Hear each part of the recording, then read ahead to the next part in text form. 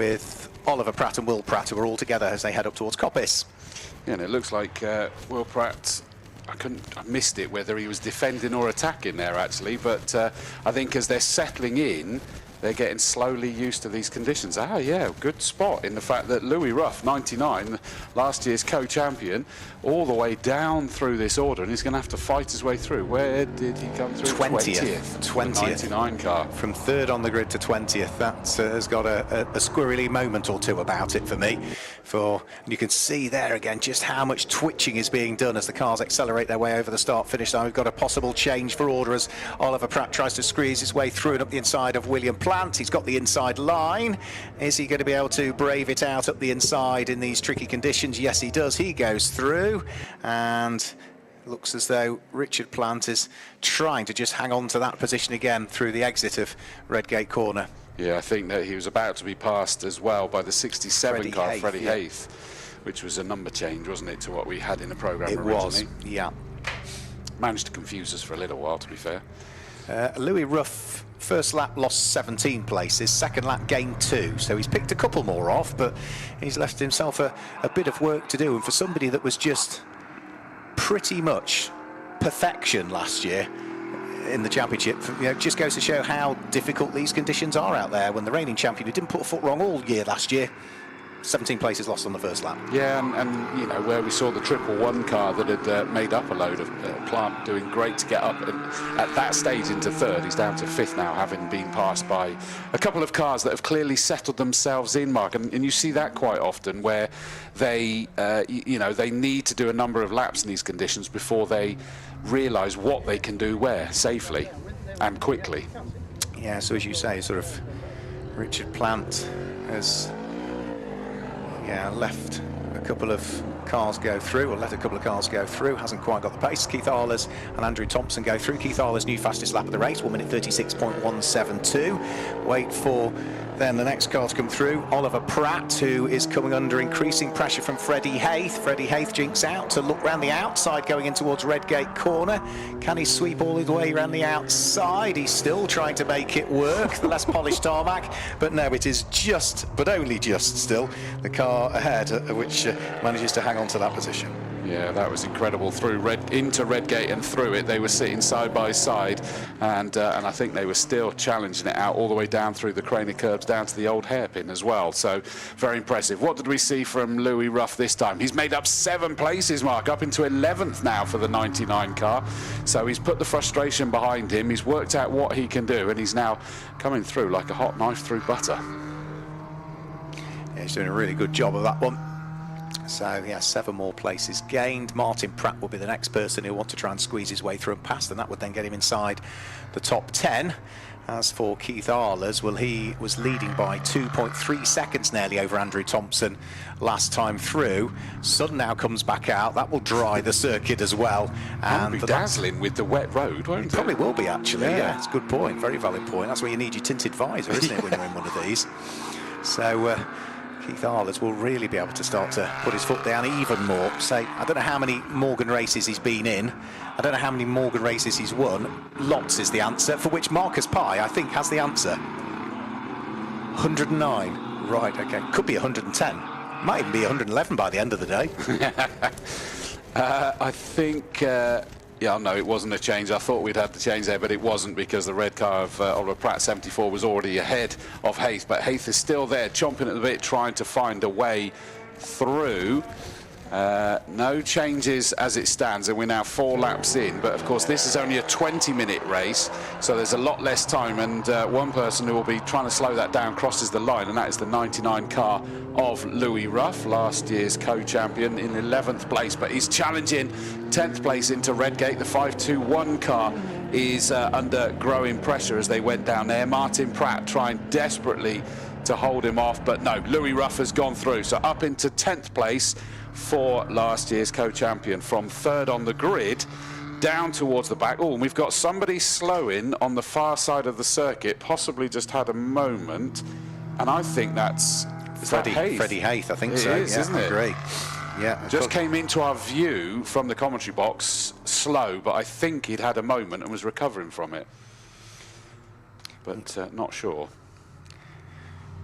Yeah, so hopefully, whatever it is, a quick alt control and delete might sort it out for Freddie Hayth. Keith Arler's about to go over the start-finish line now with 9 minutes to go, and chalk up lap number 5. And as the circuit conditions continually dry, that again, not unsurprisingly, is another new fastest lap of the race. 1 minute 32.768 from him.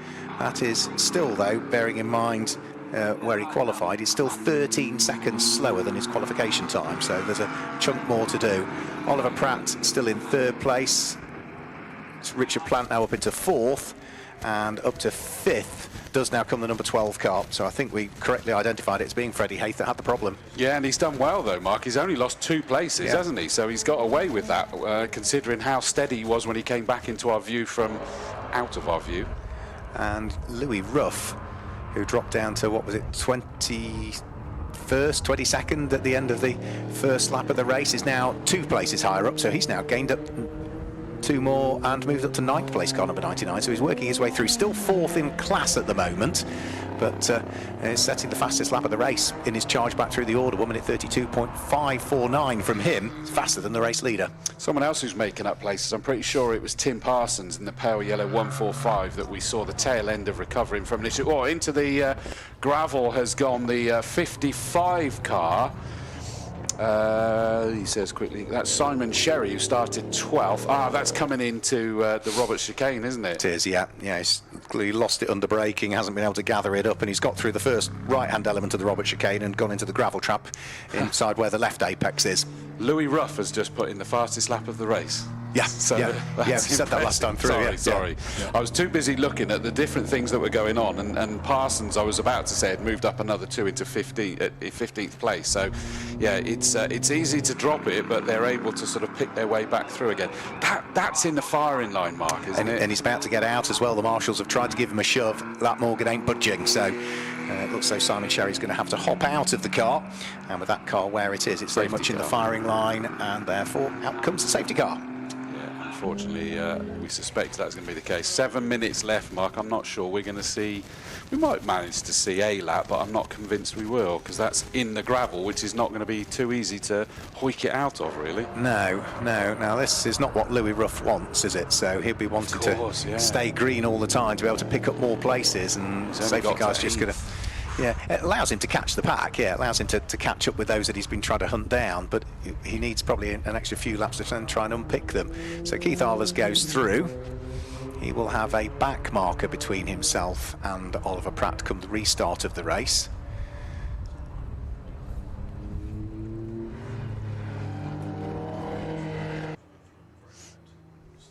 Incidentally, by the way, just while we've got the safety car neutralising this race, we do have a change to programme, although we haven't got a grid for it as yet for the Ram Air BMW Championship race number 5. But that is going from 20 minutes to 15 minutes for their race number 5. That is a notification we've had through there for that one. What's that, sorry? Ram Air BMW race 5 is 15 minutes instead of 20. Right, okay. So we had that announcement, but we don't have a grid for it just yet. Of course, yeah, we are missing a grid for that. Yeah, I'd forgotten about that one. And the second grid for these guys as well that we'll have to come through. Probably won't be issued until the oh no, because be issued after the first one, won't it? Yeah. So. Yeah, they're the only ones that are doing a double header today, aren't they? Yes, and the reason that we won't have it is because for Morgan's it's not second fastest time from qualifying. The grid the result from the first race sets the grid for the second. I thought it was, yeah. Which is bad news for Louis Ruff, that if they don't go green again, is that he's not going to be starting very high up. And was it 9th position he's got himself up to now? Was it 8th, sorry? He is up to 8th position, yeah. So 5 minutes. Double whammy, really, that, isn't it? Yeah, I say, last year he just did not put a foot wrong. He was consistently running towards the front. So, he claimed class wins in every single race last year. He claimed 2 race wins overall. The final race meeting at Thruxton, he had something like 3 second place overalls. He had 3 thirds overall. He had a couple of 4ths overall. He had a 5th overall, so he was always inside that sort of top half a dozen. Didn't only win his class at every single round, also set the fastest lap at every single round barring round 2, and that feat was absolutely repeated in class 5 last year by Tom Richards, who won his class at every single round, set fastest lap at every single round barring race 2 of the season, and that's why they simply couldn't be separated. So Chris is going to make his way downstairs. He must walk really slow. There's 4.5 minutes to go still. And interview our top three. Keith Harlers will just be waiting for the safety car to pull back in and away.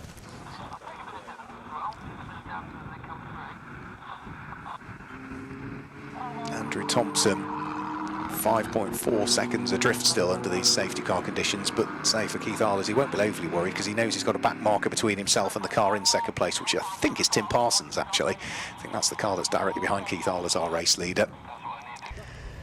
And Tim is running down in something like 15th position at the moment. Let's have a quick look. Yes, so there's Keith Harlers coming through now. No, there's a couple of cars actually between Keith and the next car. So Keith Harlers, who's directly behind him, it's number 54 that's directly behind him, which is Phillips and Claire Tisdall, then 64, which is Roger Whiteside, then 166, which is Andrew Thompson. So 2 back markers. And how long have we got? 3 minutes. And it's taking 2 minutes and 40 to do a safety car lap, so we're not going to get a great deal more racing in on this one. But the safety car, I think, all of a sudden has just started to speed up a little bit, which might mean that it's got the message from race control that the incident is clear. We could be going racing at the end of this lap. Yeah, give them one lap sprint. I mean, and it's different for this one, Mark, isn't it? Because it's a 20-minute race, unlike 40 minutes earlier, where it was like, well, I don't think it pays to suddenly give a 1 lap sprint at the end. But that's exactly what these guys want. They're now back together, which means it could actually be really good news for Louis Ruff if he gets even just 1 sprint lap. Absolutely, yeah, that's the burgundy car with the white flashes down the centre of it. Louis Ruff, say last year's joint champion, lost 17 positions on the first lap and has slowly been working his way back through the order. He's still in 8th place, which is still net loss of 5 places from where he qualified. But if you can just get 1 racing lap in, then maybe it gives him an opportunity to squeeze past another competitor or so. But it's where you finish in your class that's the important thing. And Louis Ruff is 4th in class at the moment. He needs to get past the car directly ahead of him, which will be William Pratt. That would move him up to 3rd in class. But then the next one thereafter for Louis Ruff would need to be right the way up in 1st or 3rd place, Keith Harlers and Oliver Pratt respectively, so probably 3rd in class is as good as it's going to get for Louis Ruff, providing we get a racing lap in, of course, which isn't a guarantee. No, we're all eyes peeled on the safety car now to see whether we get the lights out as it comes down this straight. I can't see clear enough with the naked eye, so we'll need to wait for it to come up on the camera. I think it will have just about enough time, Mark, if it is going to zip out this time, and we could get 1 flying lap. Yeah, so fingers crossed we'll get the 1 flying lap. If the lights are still illuminated on the safety car, it will not be peeling its way in towards the pit lane. But the lights are out, so we are going to get things back underway. So for Louis Ruff, he's got the opportunity to try and gain a further place to add to his early championship tally. For Keith Harlers, he'll be looking to try and make it win number 110 in his career. Side by side over the start-finish line, Andrew Thompson has missed out, has he? Or was that back marker? No, you see 2nd and 3rd have just swapped, but before the line. So that's going to be a no-no for that one, sadly. I know they were caught out by some back markers initially, but it is tough, isn't it? So the 74 car flew past Thompson's 166 way before the line, and that will need to get sorted a little bit later. Right, so we will be chatting to the top 3, who are provisionally the top 3 until the results are issued. So Keith Harlers out of the blocks and just gone again. We knew that he would do this. He was really so much quicker in qualifying than everybody else because of the weather conditions, but he's always one to watch regardless, and Keith Harlers is well on course for another win here, because as soon as we get the race back underway, of course, he's able to get going straight away. Other cars behind, in theory, should not overtake until the start-finish line, and therefore they are sort of slightly delayed if you have a back marker between yourselves and the next car that you're trying to hunt down. Louis Ruff, has he gained a couple more places? I think he might have gained at least 1 or 2 more places on this particular lap, but Keith Harlers is about to come through the Robert chicane to grab another win in the Morgan Challenge. And for Keith, hopefully we'll see him out for the full season again, the man who's based in the Channel Islands. Over the start-finish line goes the Jerseyman. He comes through to claim the win in the opening race of the 2026 Morgan Challenge. Second on the road is Oliver Pratt. Third on the road is Andrew Thompson. Richard Plant comes through to finish in 4th place. 5th is going to be number 12 coming through. That will be Sam Garland, who finishes in 5th place. Freddie Hayth, 6th in the end. Whatever happened to him when he slowed down, lost a few places, and hasn't really recovered since that. William Pratt comes through to finish in 7th place. Louis Ruff in 8th, only 4th in class. He didn't pick up any more places overall on that final lap. And then the final couple of cars in the top 10 are going to be car number 123, which is going to be Gary Townsend. He started 7th, so he dropped down a couple of places, and John Milbank will wrap up the top 10. So the last car has just gone through now to take the checkered flag, which will be John Bevan, and once that has gone through, we can shortly confirm some results for you again as the sky's clear and all of a sudden we are bathed in sunshine again here at Donington Park on the National Circuit. There's no real signs of any further breaks in the cloud or storm clouds coming through in the distance, so I think we might be all right for a period of time now.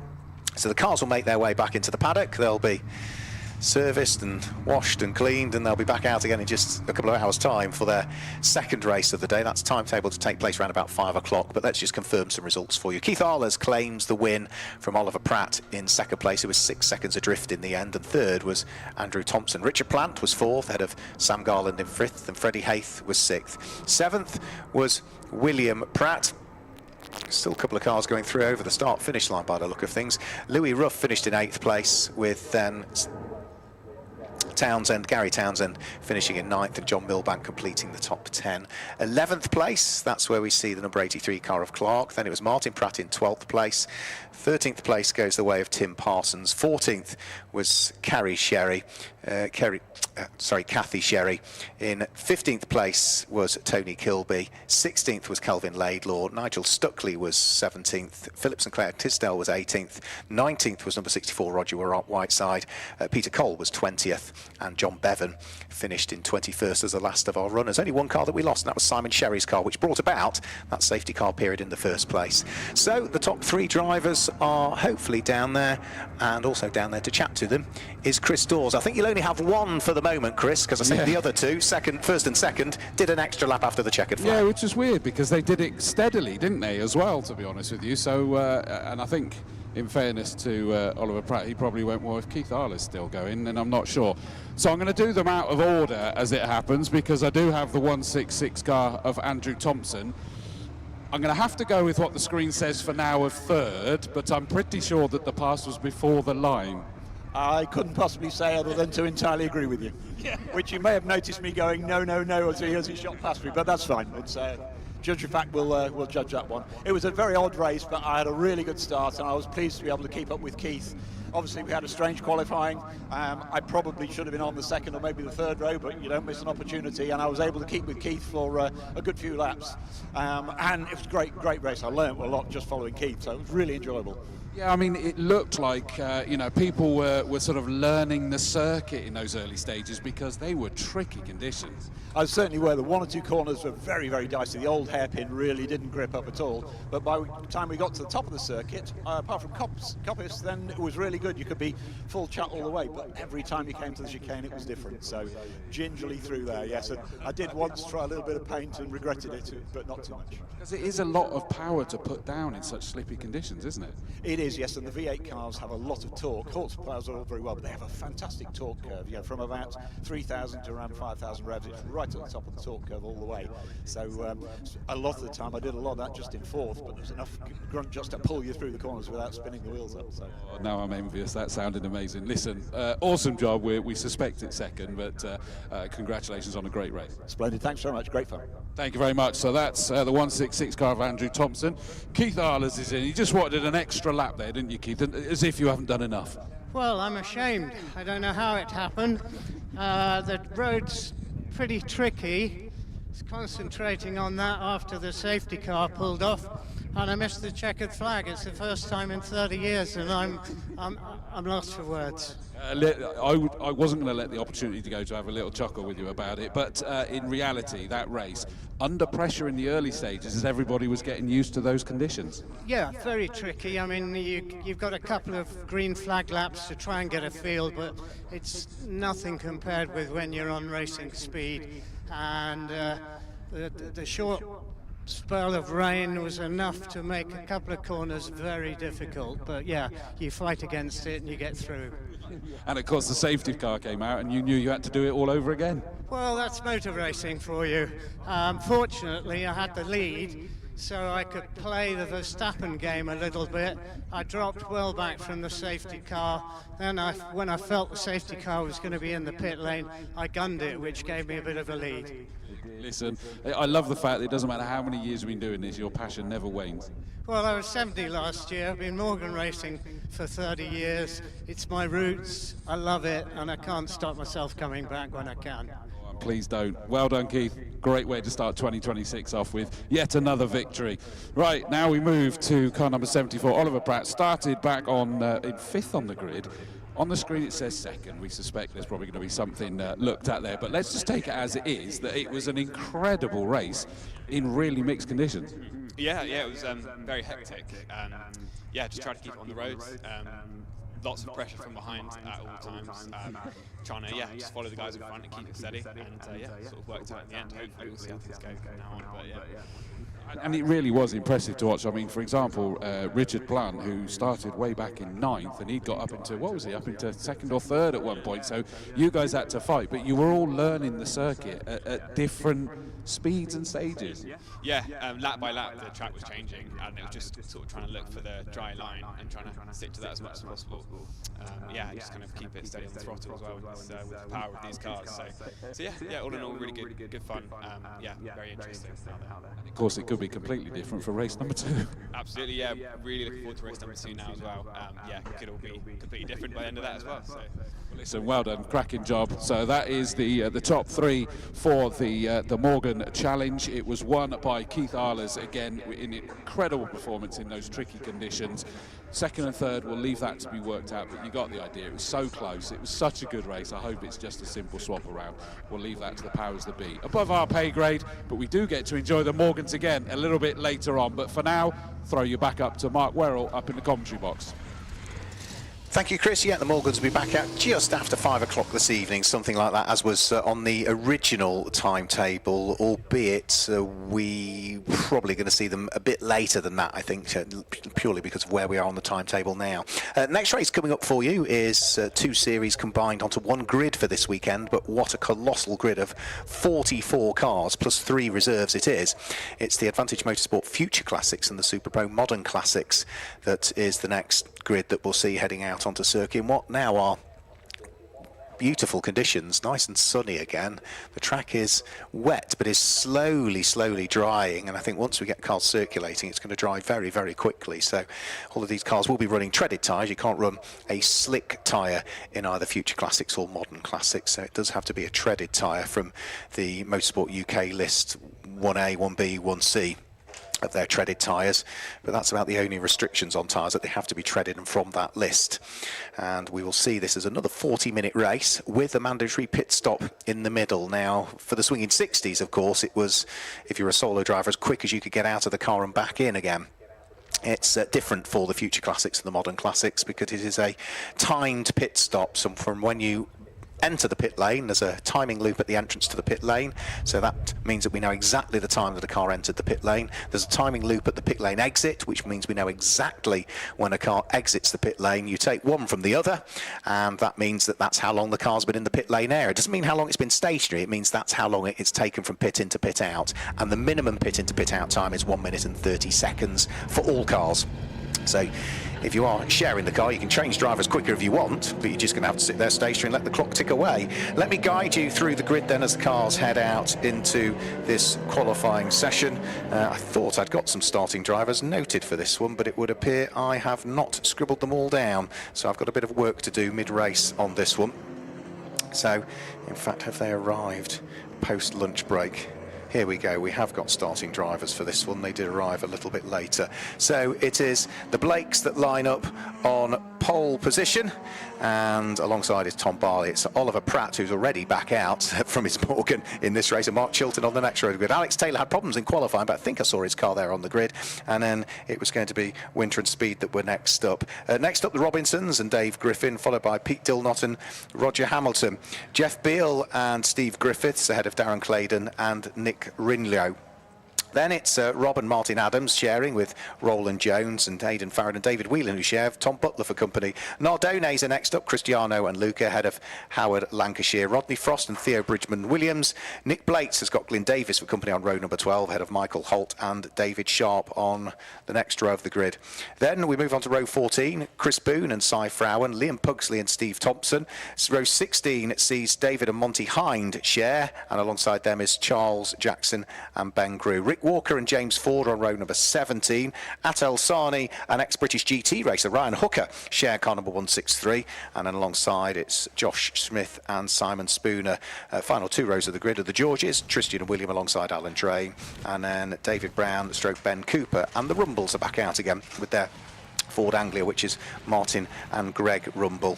Going to try and look through as to who we've got sharing some of these cars, but I can't say. I don't think I've got any start drivers at all. No, they've not found their way through for this one.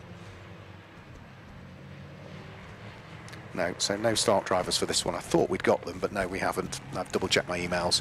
So Chris Dawes is going to wander downstairs and try and get some starting drivers for this particular race for us.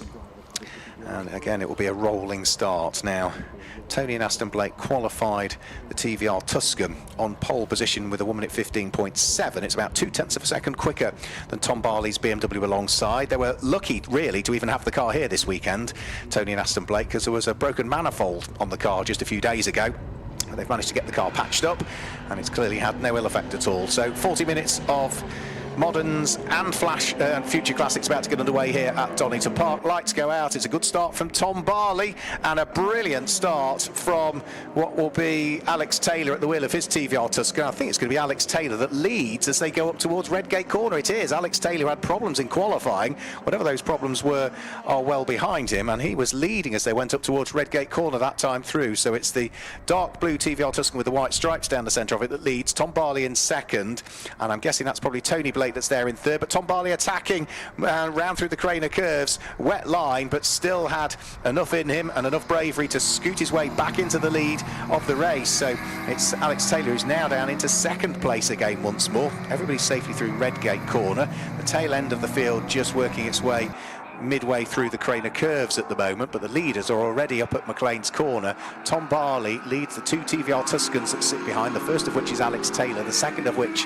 is going to be, I think, Tony Blake, who will have started. And who is next up? It looks like that is the Nissan Skyline, so that'll be Mark Chilton that sits there in fourth position. Fifth place will be, I think that's Tom Robinson that's there in fifth position at the wheel of the number 14 Jaguar XK8, and who is next up after that I can't quite see because the cars have disappeared out of my view. So in towards the Robert chicane, lap number 1 about to be done and dusted, and we've had a change for the lead once more. It's Alex Taylor that's back in the lead of the race. The TVR Tuscan goes back through and ahead of Tom Barley and picks up the lead of the race. Now that was where Alex Taylor picked up the lead last time through, but it's down through the Craner curves where Tom Barley was a little more sure-footed at the wheel of his BMW and was able to carve his way back through once more. Is he going to try the same again this time through as they go down through the Craner curves? Well, we'll find out very shortly, because that is where they're heading at the moment. And Tom Barley is again closing in on the TVR. And is he going to have another little nibble up the inside at the old hairpin? No, not this time through. Alex Taylor still clings on to the lead of the race from Tom Barley in second position. And then it's still the Blakes with their TVR Tuscan that sit there in third. And with the circuit ever more drying, I do think the pendulum will swing ever more in favour of the TVR Tuscans. It's just at the moment when we've got this little bit of moisture on the circuit that Tom Barley is just able to have a bit more about him as he's going down through the Craner curves. One late starter to the race, Oliver Pratt. He's only just done the Morgan race, back to back with this one, and he's only now trundling his way down the pit lane. Ready, is he, to go out into the race? Yes, I think he is. Yes, he's just being waved out now, so he's a lap or two adrift, but that's a difficulty when you've got back-to-back races in his Morgan. Some great squabbles going on further down through the order as well. Jeff Beale, back to racing for the first time in a while at the wheel of his Talbot Sunbeam Lotus, is involved in a really, really good squabble.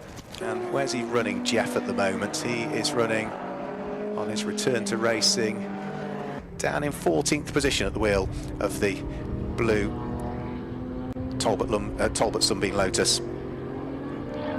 So Alex Taylor through, fastest lap of the race to the race leader, 1 minute 22.379 from him that time through. That leads now a 1.4 second gap between himself and Tom Barley, who's still coming under pressure from the Blakes that sit behind, which is the number 71 TVR Tuscan, sits there in 3rd place. Mark Chilton 4th, I was right, it was the XK to the Robinsons that's there in 5th place, and it's the Porsche that completes the top 6 at the moment, which is going to be Paul Winter and Tim Speed. So that's the order of the top 6 at this stage. Roger Hamilton 7th, Peter Dillnott 8th, Steve Griffiths 9th, Nick Rinlow completes the top 10. So that's the order of the top 10 currently, with 6 minutes to go before that pit window opens. So it's TVR from BMW, TVR from Nissan, Jaguar from Porsche, from Ginetta from Porsche, from Ginetta from Porsche. As over the start-finish line go the lead 3. Now, is the Nissan Skyline closing in the hands of Mark Chilton? No, they're not, but we've got a new fastest lap of the race, and it's not to either one of the cars in 1st or 2nd, it's to the car in 3rd place. Tony and Aston Blake's shared TVR Tuscan, 1 minute 20.846, sees them now as the car that has set the fastest lap of the race. So, Chris has kindly sent me now the starting drivers.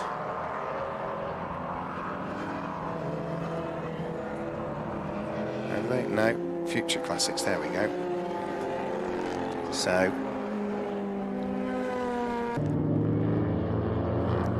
I still can't quite tell you who the drivers of some of them are. We'll work all that out in a moment. Chris has got some of them. I haven't got them all. I haven't got modern classics, that's the problem. All right, you do your start drivers, I'll look at the race and then we'll swap over part way through. So race leaders are about to come through and complete a further lap again before too much longer. Alex Taylor leading away from Tom Barley, but the gap that had extended to 1.1 seconds last time through came down by another 0.6 of a second. It was back down to just 0.8 first to second. Yeah, they're all there, all mixed in together, so thank you to Jo. She sent them to the wrong Chris, which was a shame.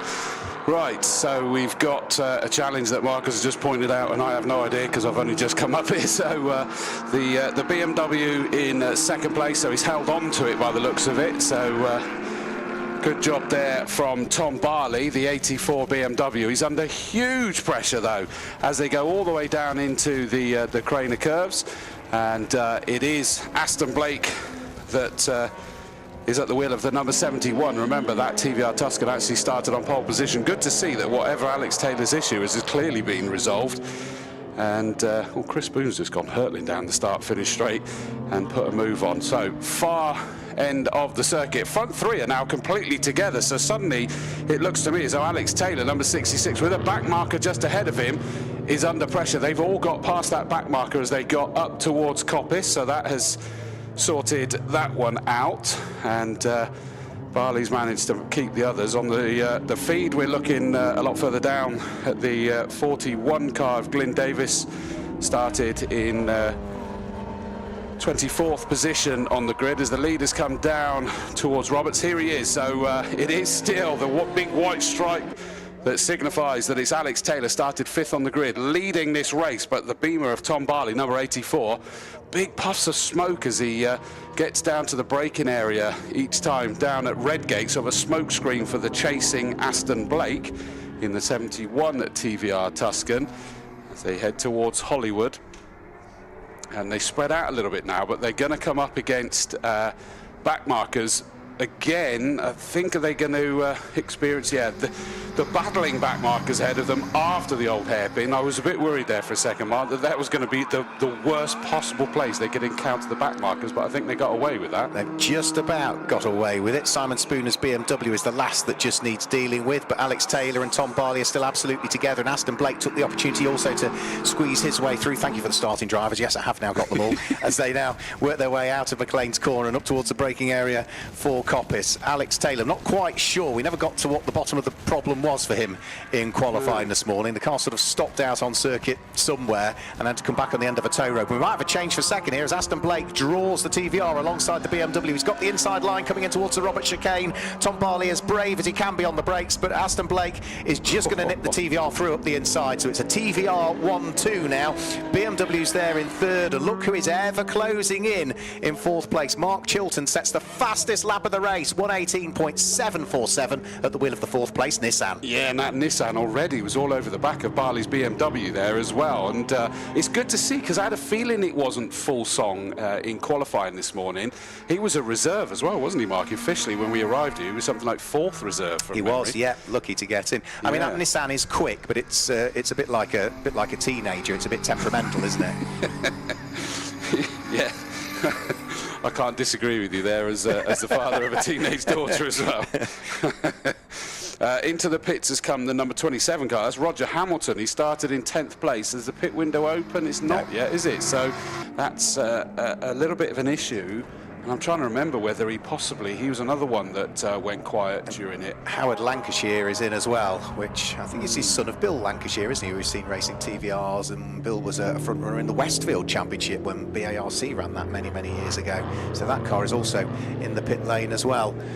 We've got another good fight that was going on as well, was between the 5th place Porsche, which will be Paul Winter, fighting away with Tom Robinson, the wheel of the XKA. That's well worth watching out for. We've also got the Diet Coke livery Dave Griffin, number 34.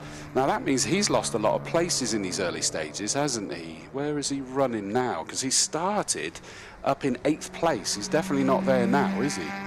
Just trying to see it. No, down in 24th. Yeah, the Antipodean, Dave Griffin. I always say that because I can never remember. I think he's Aussie, isn't he? Yeah, I thought he was Aussie, but just in case he was a Kiwi, it's always safe bet if you say Antipodean.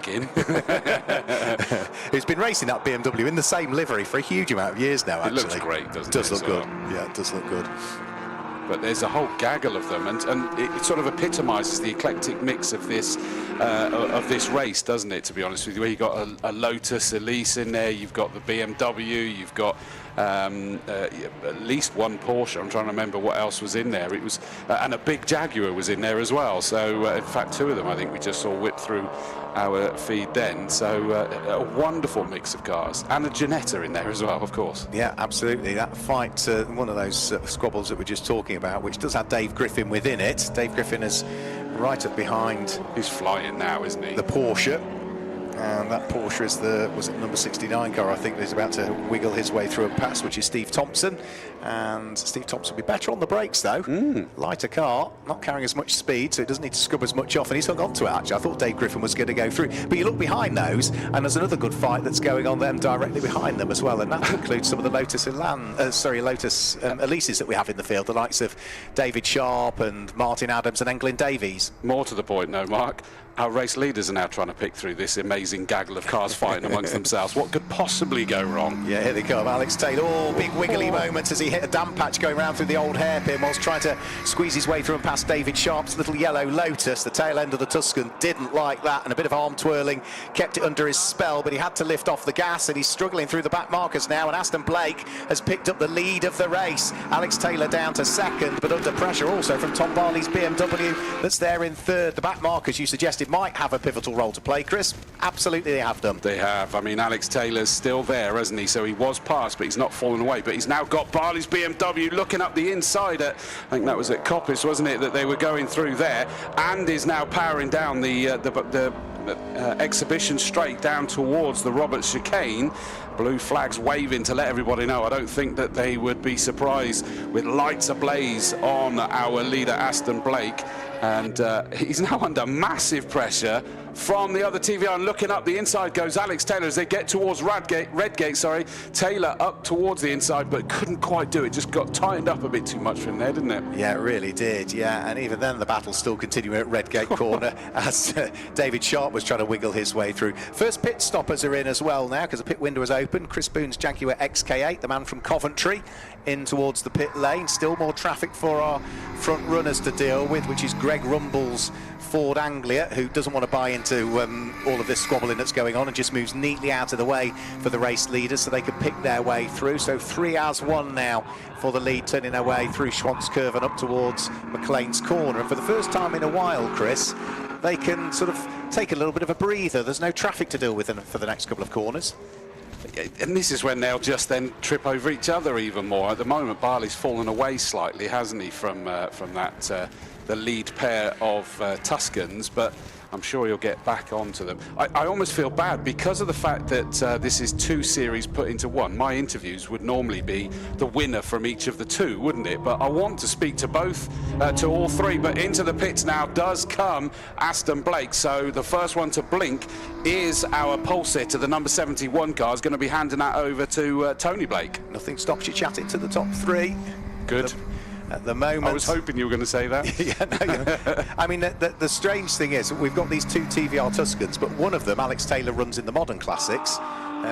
Tony and Aston Blake's runs in future classics. I was just trying to work out as well, so Chilton's fallen quite far away from them now, hasn't he? So I can only assume he just got a bit compromised more than the others through the traffic. Yeah, that's about all I can assume as well. So there is is a big car, isn't it, to be fair? The Skyline GTR. So Aston Blake is remaining behind the wheel of the car by the look of things. Oh, really? Yeah, no driver change going on. So maybe he's going to do it solo. Couldn't see him getting out. Yes, there is a driver out, so yes, they have changed. Oh, right, okay. Only because I saw him walk round the back and taking his gloves off. Steve Griffiths comes in towards the pit lane at the wheel of the Ginetta G20. A few of those in the field. Was a very... And the other driver wasn't ready, so Tony wasn't ready. That was the problem, right, okay. Mark Chilton comes in as well. So yes, I can now see, yes, so Aston Blake hopping out of the car, Tony getting in, so out comes son, in goes dad. Mark Chilton at the wheel of the Nissan dives for the pit lane this time through as well. Tony, yeah, he's not even got the gloves on yet, has he? The gloves are off, quite literally. Yeah, absolutely. Yeah. That obviously happened a little bit sooner than he was expecting there. And I know the whole thing is they make their pit stop as quick as they want. Chilton's in as well, by the way, in the GTR. Into the pit lane comes Pete Dillnott, and I've finally now worked out where I know the name from. Pete Dillnott's been racing Ginetta G40s for a good few years. Okay. Similarly liveried car, actually, to the Porsche that he's just come in the pit lane in. I knew the name from somewhere. So Alex Taylor still leads. Tom Barley, of course, in the yellow BMW is now up into 2nd, and now it means up to 3rd will be the number 28 Porsche, which is Paul Winter for the first part of this race. Up to 4th will then come Tom Robinson. Up to 5th will now be David Whelan / Aidan Farrell's Porsche, and Darren Claydon I think will now be inside the top 6 potentially, but subject to whether they all pit at the end of this lap or still continue round. So through have gone the leading pair, still pretty much together as they head up towards Redgate Corner. Still dark blue TVR Tuscan with the white stripes down the centre. Alex Taylor, who is quick no matter what he drives. He's quick in his TVR Tuscan, he's quick in his Mazda RX-7s that we see him out in. He's indecently quick also in his Ford Mustang that we see him out in historic racing in, but he is having his hands full here to still try and shake off the aspirations of Tom Barley. More traffic to deal with as they dive their way past the back marker James Ford, which is the Mazda RX-7, and Tom Barley now has taken the opportunity to pick up the lead of the race with a good run coming out of the old hairpin round through Schwantz and up towards McLean's Corner. He now picks up the lead of the race, and Alex Taylor finds himself back down in second place. More traffic to deal with again. Michael Holt's Jaguar is the next car that they're going to want to squeeze their way through. And for Tom Barley, rather fortuitously, he's able to do that on the exit of Coppice Corner, and he'll just have his nose ahead still of Alex Taylor, who should just also be able to nip through that little bit of traffic as they come in towards the Robert chicane. So it's Tom Barley now that leads after that tour of the Donington Park National Circuit. Second is Alex Taylor, and Tom Barley didn't only take the lead of the race that time through, Chris, he also set the fastest lap of the race that time through with a 1:16.253. Oh, and off onto the grass is the number 41 car. That was the red Lotus Elise that has been involved in loads of battles in that sort of latter mid-pack area. Glyn Davies. He's looks like he's got it back on, no issue, so I can only assume he's either been barged or just a little bit out of shape and put it onto the grass. And being as wet as it has been today, you've got to take it quite steady as you come back in. News has just reached me that Tony and Aston Blake only have fourth gear in their TVR Tuscan. Wow, that goes to show how well they were doing out there then. Yeah. So more dives to the pit lane. We've got David Sharp into the pit lane. We've got Rodney Frost into the pit lane that time through. We've got another one of the front runners coming into the pit lane, 351. That car had been going well in the early stages. That dives to the pit lane, which is Darren Claydon. So he had managed to get himself up inside the top six as a result of others diving into the pits. The race leaders come through as well and over the start finish time. We've also, by the look of things, got the change for the Jaguar XK8 as well going on. That's car number 14. Tom Robinson about to hop out of the car, Jack Robinson about to hop in, and one more pit visitor coming in is going to be another Jaguar. Number 11, Michael Holt, is in. So it really is all mixed up, and we've still got plenty yet to stop, haven't we, as well? And there's going to be a luck element, I'd imagine, now, where some that have stopped may come out in some clear air and can really pedal quickly. Barley there ahead of Alex Taylor. It's interesting to see that Alex Taylor, who has been ahead of that Beamer for most of this race, has been passed by Barley, and he's stretching his legs a little bit at the front. Maybe Alex Taylor's just, I suppose, not so much him, I don't think he needs a breather, but maybe a TVR Tuscan does need to just take a moment, because they're traditionally powerful sprint race cars, weren't they? Yeah, so Barley's trying to harvest a win, but as far as Alex Taylor is concerned, that would go against the grain, wouldn't it? Mark Werrell. I knew that there was the benefit of the winter when I don't get hounded by those. Been saving them up, mate. You have, I know. So into the pit lane, we've got another change of driver. Aidan Farrell hopping out of the glorious Porsche. Into it will go David Whelan. These two drivers who've been sharing for a good number of years. We occasionally see Richard Chamberlain in this car, but it's usually Farrell and Whelan.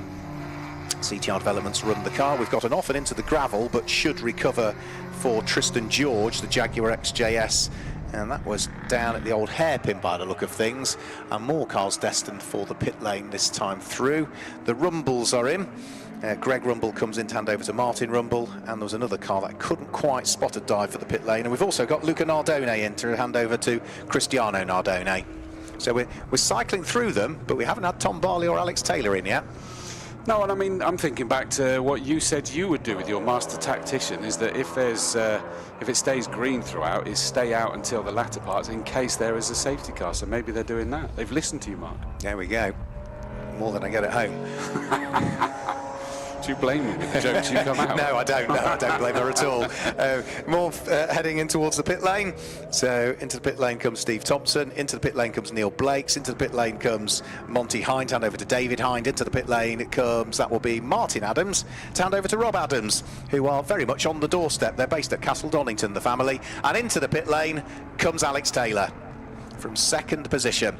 So this is the pit stop. I'm not sure where Alex is in the pit lane. Is he just directly below us? Not quite directly below us, just far enough past that I can see now. And he's just sat there checking the tyre pressures to make sure. The beautiful cars, the TVR Tuscans, and what I still say was one of the best national championships we've ever had. Yeah, I try not to look at it through rose-tinted glasses, but it was fantastic, Tuscans. By the look of it, yeah, it's. And there's always a massive Heidi grid, mustn't be here this weekend, because that is definitely not Heidi doing the tyre pressures. It's definitely not, no.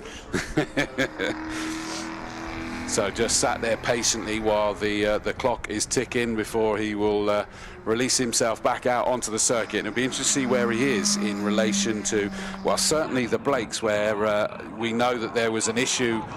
Well, we found out afterwards there's an issue with the gearbox, but equally there was an issue in the pit stop going on, which would probably suggest why he's come in a little bit sooner, because took them by surprise trying to get in and see if they can resolve that issue.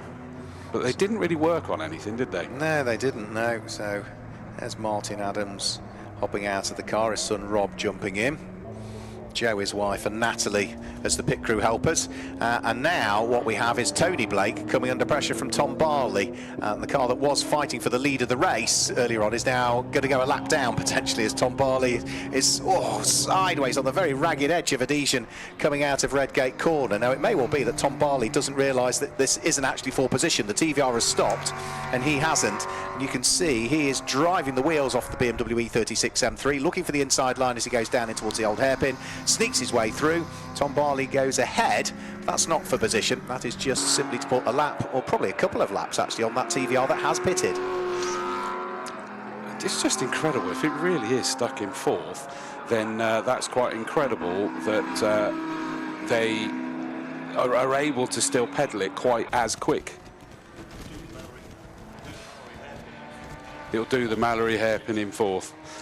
We had a new fastest lap of the race for Tom Barley last time through, 1 minute 15.427. He is pushing hard, Chris, because he knows how tight it was at the first part of the race before the pit stops came in between himself and Alex Taylor, and he's almost putting in quali laps now, isn't he? Lap after lap after lap, trying to go as quickly because he knows he's going to have to pit soon, and he does. Pits at the end of this lap. Tom Barley dives for the pit lane, and he has had a really good stint, I would say, up until this point, pushing hard, racing hard, and then when he was on his own and hadn't pitted, he just drove qualifying laps to try and put himself in a good position for part two of the race.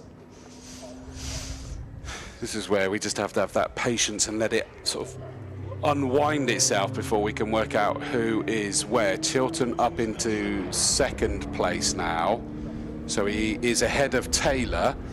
So let's have a look. That's gone through Redgate, so Alex Taylor can see the rear of that GTR with the back marker ahead of him, so that's second and third, and then it'll all be about what happens with Barley. How quickly can he get that BMW sorted? Yeah, so Tom Barley's pushed hard. Into the pit lane comes BMW. So that will be Dave Griffin in at the wheel of the Diet Coke liveried machine. So a replica of what would have been Australian touring car livery. Ah, that's where it comes from, is it? Yes, and the driver's name escapes me at the moment.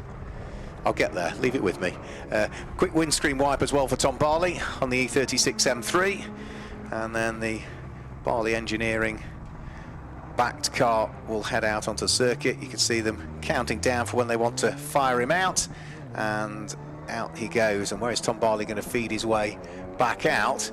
He's going to feed his way back out up towards Redgate Corner as the second place car of Mark Chilton is part the way down the straight. So he's got about half the length of the Wheatcoff straight as a race lead now between BMW that leads and Nissan that's second. Good. So we do get the tussle back together for now as well. So everybody needs to get back up to speed again. We've still got 14 1/4 minutes left to go. There is Barley, four-wheel drifting round the old hairpin. Absolutely nailed on that BMW. Talking about a lovely BMW. There is the Diet Coke liveried 34 of Griffin that we were talking about. And he is in the pits, and that looks like it is just his normal stop. Presumably, Mark, he doesn't come over from Australia for these races. No, he's based here, yeah, because he does a lot with other touring car racing clubs as well. Got you. That deal with classic cars. You can. I think all the words are in now, just not put them in the right order. You can never be sure though, because there are a few drivers that fly over, don't they, for races, which is quite incredible. Yeah, I mean, Dave Griffin is an enthusiast, but I don't think even too many. Yeah. Virtually every weekend, isn't he? He's out with that. He's not quite as bad as people like Jazz Sapra. We'll see out tomorrow in the Slick Series, by the way. So Tom Barley leading, by what was 8.7 seconds, but that was, of course, as Tom sort of exited the pit lane last time through and Mark Chilton came through. So this time through we'll get a better indication as to what the relative gap is between the pair of them. So Tom Barley, 8.7 seconds ahead of Mark Chilton. Alex Taylor has fallen to third and is now 2.4 seconds adrift. And then fourth place at the moment should be Tim Speed, I think, in the car that he's taken over from Paul Winter, which is the number 28 Porsche, the ex-Carrera Cup car, actually an ex-Team Parker racing car. That goes through and over the start-finish line. And who's behind that? It's another Porsche, it's Pete Dillnott. So the two Porsches heading up towards Redgate Corner are fighting for position, not on top of each other, but a sort of fourth and fifth with about 1.7 seconds between the pair. I love the, well, we just see about to overtake an amazing Porsche. That's the, is it the number 9, isn't it, of Aidan Farrell started that, David Whelan took it over. That Porsche is absolutely brutally beautiful. It's an RSR, isn't it? It's the 993 RSR, so that's the likes of the things that you'd have seen racing in Porsche Super Cup some years ago, and you'd have seen them racing in things like GT2 championships and things like that. I mean, it is a beast, isn't it? It just has that muscle look to it. It's just incredible. But the TVR Tuscan of Alex Taylor did get past it. That is lappery that was going on. Alex Taylor still in third position. At the moment, it's kind of spread out. Taylor is just over 2 seconds behind Chilton, but is lapping about quarter of a second a lap quicker to try and close in and get second place. Yeah, so Tom Barley, I think Tom Barley's got, probably just a handle on this lead at the moment. Mark Chilton's, yes, is catching him, but Tom Barley's lapping about 2.5 seconds slower than he has been doing just before his pit stop. So I think all is well still. Pete Dillnott is hugely keen to try and keep right up with Tim Speed. The two Porsches getting ever closer to each other. One went one way of the back marker, one went the other way of the back marker, because Pete Dillnott just did not want to be compromised. And now he gets towards Redgate Corner. What happens? He ends up with a back marker between himself and the Porsche he was fighting with, and the gap's open back up. It's typical. I've just realised, of course, that Chilton, or remembered, should I say, 79 Chilton in that Skyline GTR, that is actually the leader of the Future Classics. The two either side of him are the first and second in the Modern Classics. So if I interview top 3 now, I still satisfied interviewing the winners of both. You do, absolutely, you do. Yeah, if they have aligned. If they remain the same. Who's second in Future Classics? It's still Tony Blake, but down in 7th place now, and the blue Porsche, number 21 of Nick Rignot, has just lost third in Future Classics because Darren Claydon at the wheel of the 351 Porsche 944 has just moved ahead of him. So that now puts Darren Claydon up to third in Future Classics and 8th overall. A good little fight going on just over the start-finish line now. That's number 63, which is going to be, there's so many cars on the grid, Roland Jones fighting away with Jeff Beale, and they're fighting for the final 2 places inside the top 10, actually. The sort of works liveried-ish BMW and the Talbot Sunbeam Lotus. Yeah, it's works liveried-ish because it hasn't got the red check on there, does it? I was about to make that note as they go down through the Craner curves into Old Hairpin. That rally car at the back, I mean, and that's what I always think of when I see a Talbot Sunbeam Lotus, is just hooked up, and he came strong very late in the qualifying earlier. He did. Well, Jeff's been out of the car for 18 months. Oh, really? Yeah, he renewed his licence last year, but he didn't race. He was too busy with other things. I was chatting to him when I arrived at the circuit on Friday, and he said, it's good to be back. He said, but I just, I'm up for it. I don't feel any nerves, but he just knows he's going to have a little bit of rust. But here he is, look, straight away. Yeah. Roll your shirt sleeves up, crack on with it, and he's having a great little fight, isn't he, with Roland Jones? The pair of them just working their way out of Coppice now. BMW still just ahead of the blue Talbot Sunbeam Lotus as they fight for 9th and 10th. Rodney Frost, number 67, sadly into the pits, and looks like he's getting out, so that Jaguar XJS is out of this race, I'm afraid to say. And he's South African, isn't he, Rodney Frost? So another driver who bases himself in the UK, but has still got a very strong twang to his accent. South African's been racing Jaguar XJS's for a good number of years. 8.5 minutes of this race still to go. Tom Barley has upped his pace from the 118s he'd been doing back into the 116s, so the gap has sort of stabilised now. 7.2, 7.3 seconds between number 84 BMW that leads the way and is just coming over the start-finish line now, and then Mark Chilton at the wheel of the Nissan, who is in second, picking his way through traffic. With Alex Taylor's Tuscan closing in on him at a rate of knots. I was just noticing the lap times is that we've got Taylor in the 15s and that Nissan Skyline GTR in the 16s, so that'll be interesting. We've also got a penalties being dished out to the 223 car of Butler in his BMW, a penalty of 31.1 seconds, so that tells me he was 1.1 seconds short in his pit stop. Absolutely, yeah, the time you're short plus 30 seconds, yeah.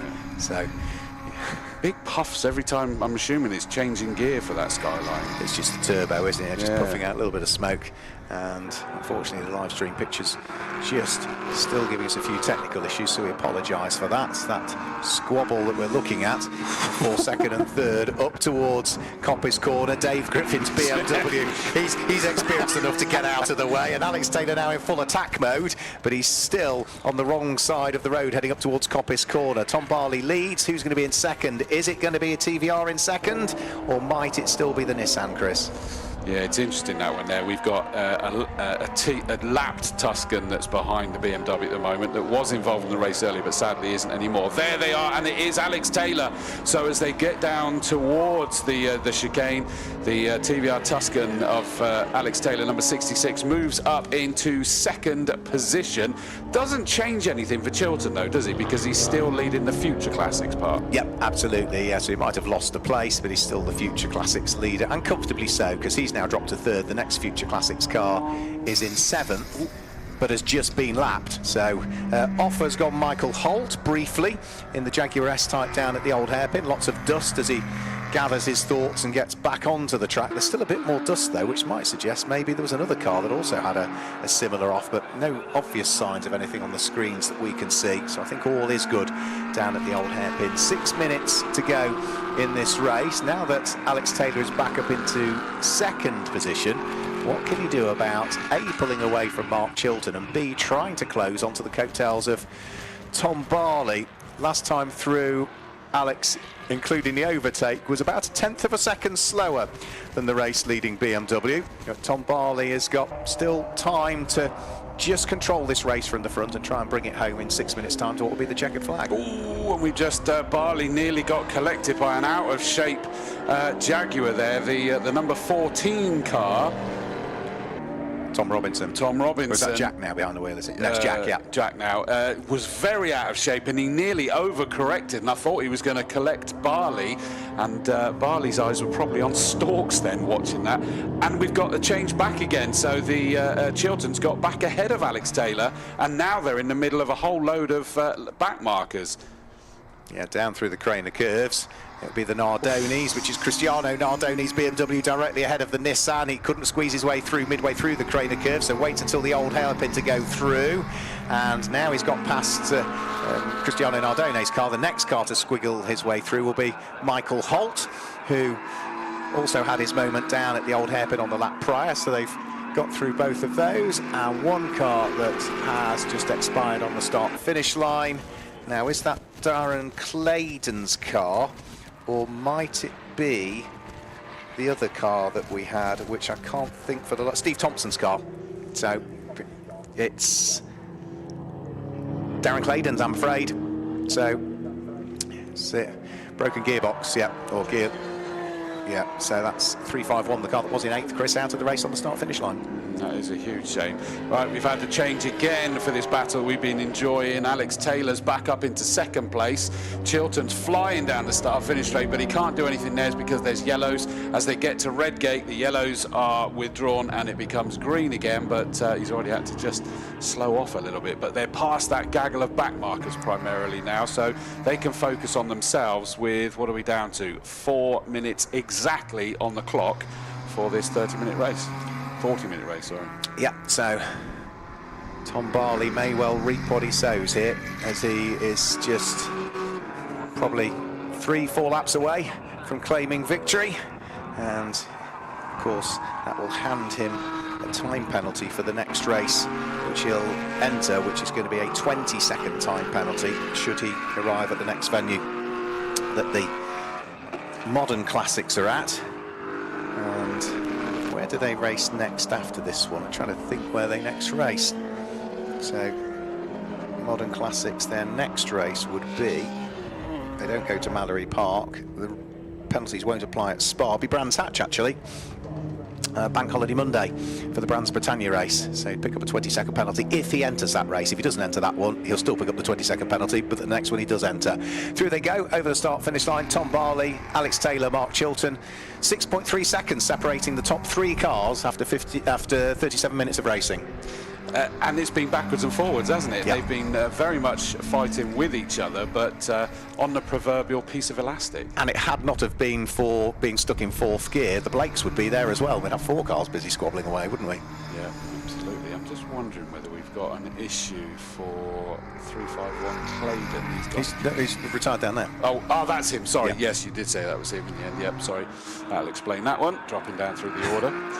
We had another one with a penalty, 69 Thompson, and that was only by 0.9. He was short for his pit stop. Oh dear, oh dear. Alex Taylor still just about hanging on to 2nd place. He's still got Mark Chilton right behind him. Mark trying to take as wide a sweep into Coppice as he can. Alex Taylor takes a slightly more defensive line into the corner. Big lick of flame out of the side exhaust of the TVR Tuscan as the unburnt fuel just ignites on the overrun. And now Mark Chilton in a straight line has got more straight line speed than the TVR Tuscan, and he's going to go back through into 2nd place by the look of things. Yep, by the time we get up towards the Robert Chicane, the Nissan's back to 2nd, TVR's back into 3rd place, and right behind Alex Taylor's TVR is Tony Blake's car, which is such a shame that the TVR Tuscan with its lights ablaze is no longer on the lead lap anymore. It is a lap adrift, just to confirm. It's down in 6th position, so those 2 TVRs are not fighting for position. The number 74 car's been stuck in 4th gear for most of the race, was the information that got to me, and thankfully it's got plenty of torque in the engine to pull itself out of the corners, but it's never going to be as quick as somebody that can utilise all of the gears available to them. So Mark Chilton, now that he's back up into 2nd place, still traffic to deal with though. Steve Thompson's Porsche 944 is the next of those that he wants to try and wiggle his way through and past.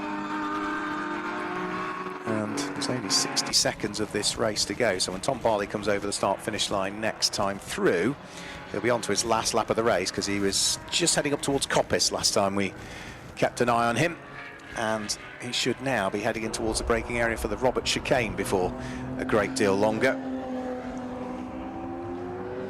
So here he comes now.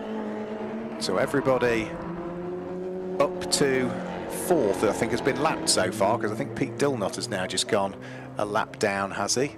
Or is he still just on the lead lap, his Porsche? No, he has gone a lap down, yes, so it's only the top 4 cars that remain on the lead lap. And Chequered Flag actually has come out early, so Chequered Flag comes out with 25 seconds still remaining. Tom Barley's going to claim the win. In fact, it's not showing as the Chequered Flag is alongside him. It's now flashed up, there we go. So Tom Barley is going to claim the win in the Advantage Motorsport Future Classics and Super Pro Modern Classics combined race. He was the first of the Modern Classic cars home. 2nd place is the first of the Future Classics cars home, which is car number 79, Mark Chilton, and Alex Taylor is another Modern Classic car home in 3rd position. 4th place will be the last car pretty much to take the Chequered Flag, and that is the Paul Winter and Tim Speed Porsche. That's another Modern Classic car, the number 28 car. Pete Dillnut is 5th in his Modern Classic Porsche, and 6th is the 2nd of the Future Classic cars home, which is Tony and Aston Blake. So well done to them on driving all of that pretty much in 4th gear. 7th place, the Robinsons, which is Jack and Tom. Despite the squirrely moment coming out of the chicane, which nearly took out the race leader or front runners, they still come home in 7th place. Nick Rignot is there in 8th place. He would complete the Future Classic podium as such. Jeff Beale, on his return to racing, comes home with a top 10 at the wheel of the Talbot Sunbeam Lotus, so well done to him. Car number 631 finishing in 9th, and Roland Jones will wrap up the top 10 by the look of things, and still squabbles going on as cars come over the start-finish line, and that looked as though that was going to be David Sharp's little Lotus Elan fighting away with Rob Adams in the Ginetta G20, fighting over 17th and 18th position, but more importantly, what would have been the class win in Class C of the Modern Classic. So they were separated by very, very little. What was the gap between them as they came over the start-finish line? Just going to have a quick look. It was less than 0.4 of a second after 40 minutes of racing.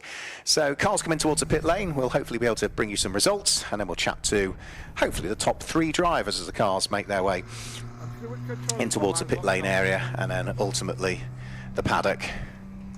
So Marshall's heading out onto the circuit. Chris Dawes will grab the top 3 who are just pulling in now, but hopefully I might get a chance to rattle through maybe some of the results before we hand down for the podium. If not, we might be chatting to the drivers and then doing the results. We'll wait and see. Still just waiting for the results to be confirmed. I can see Tom Barley's come to a halt down there. Yeah. Alex Taylor's come to a halt. We do have the top 3 overall. Do you want to chat to them, and then we'll get to results if we can? That is absolutely fine. And so Tom Barley's just out of his car. The helmet and the hands device. He's just got to get rid of that first. And I'm just loving being amongst these cars, I'm not going to lie. Absolutely beautiful pieces of kit. So off comes the helmet, the hands device. The balaclava will be next, so we can see that big smile on his face. There it is. Wow. I mean, Doug, incredible race there. I mean, in the early stages, that fighting was colossal. Yeah, me and the 2 TVRs. I mean, it's the first I've ever really raced him properly. So we finally got the car quick enough to actually race him. And like, the first half of the lap was dry, and out the back of the track, you'd nearly call it wet. So they had some advantages in places, and I didn't. Yeah, thoroughly enjoyable. First 8 laps probably. Yeah, it was brilliant. I mean, add to that is by their raw nature, even if the conditions were the same all over the circuit, you're going to have strengths and weaknesses at different parts of the circuit. Yeah, absolutely. They're obviously 2 completely different cars, really. They've got more power. I've got a bit more grip. It played out for a good race. It was thoroughly enjoyable, yeah. And it was busy at times with the back markers, so you had to be patient as well. Yeah, there was no rushing through them. A couple of times I thought I'd get Alex in the blue one through back markers, and then we didn't. We nearly come together, and it was good fun. I thoroughly enjoyed that. We enjoyed watching it. Well done, a great victory. Congratulations. In second position, and the winner of the Future Classics, it is Mark Chilton. Mark, congratulations. Great win in the Futures and a second overall in what was, we were just saying, such a busy race. It was. I made a few mistakes and nearly hit a few back markers, and they did the same, so we had a good old race. There's such a big speed difference between the cars. I think it's a credit to everyone when there's no contact. And again, we were talking about, certainly between the BMW and the TVR Tuscan, different, strengths and weaknesses at different parts. Yours has then got to be different to both of those again. It is. I think I was a bit too cautious at the start, but we're supposed to be in sparring 3 weeks, so they said don't wind the boost up, don't do anything mad. So it was good though. I struggled to go any longer than that, but I did feel like we'd like the race to carry on. It was great fun. Well done. You managed to get the victory in the Future Classics and the second overall, which is a good moral victory on that one as well. Well done. It is. Thank you very much. Awesome job. So one last person to have a word with. There he is. Alex. That kind of, well done. Second place in the Moderns, third overall as well. But it looked like it was a back and forth race for you. It was amazing. That was such good fun out there. First of all, I came into the pits and my stopwatch is not working, so I had to guess the time, which is why I lost time in the pits. And then just towards the end there, I had a bit of fuel starvation, so I was losing time on the guys. But great racing. Credit to Aston Blake, who was in 4th gear. And, amazing. The driving that he did today was absolutely exceptional. But all around, I had an amazing battle with Tom, an amazing battle with Mark, battle with Aston. The racing was fantastic. Really, really. And it looked, watching you coming out of some of the corners in that TVR Tuscan in these conditions looked leery as heck. Yeah, she likes to wag her tail. That's how you know she's happy. That's true, that is true as well. We love watching them. Listen, awesome job. Well done, Alex. Cheers, man. We'll get out of here before the deluge starts. Yeah, absolutely. So that is the end of race number 3. Next up is going to be the Midland Classic Restorations, Ecurie Classic K, and the Mike Hawthorn Jaguar Challenge. It's now been announced that the Alpha Lexus Law firm Jaguar Championship that was due to be the last race of today, race number 8. That's now going to happen at about 9 tomorrow morning because we're just going to run out of time. So that's been bulletined, so we can now announce that that is going to be the case. Mark Werrell, back to you in a box, mate. Thanks a lot, Chris. Looks like it's an early breakfast then, isn't it, to make sure that we're still not munching on bacon rolls in the morning before the race gets underway. I'm assuming we'll be live streaming that one, but I'll await the producer, director, all-round dog's body, Barry, to confirm that we are going to live stream that one in the morning. For you, or not, as the case may be.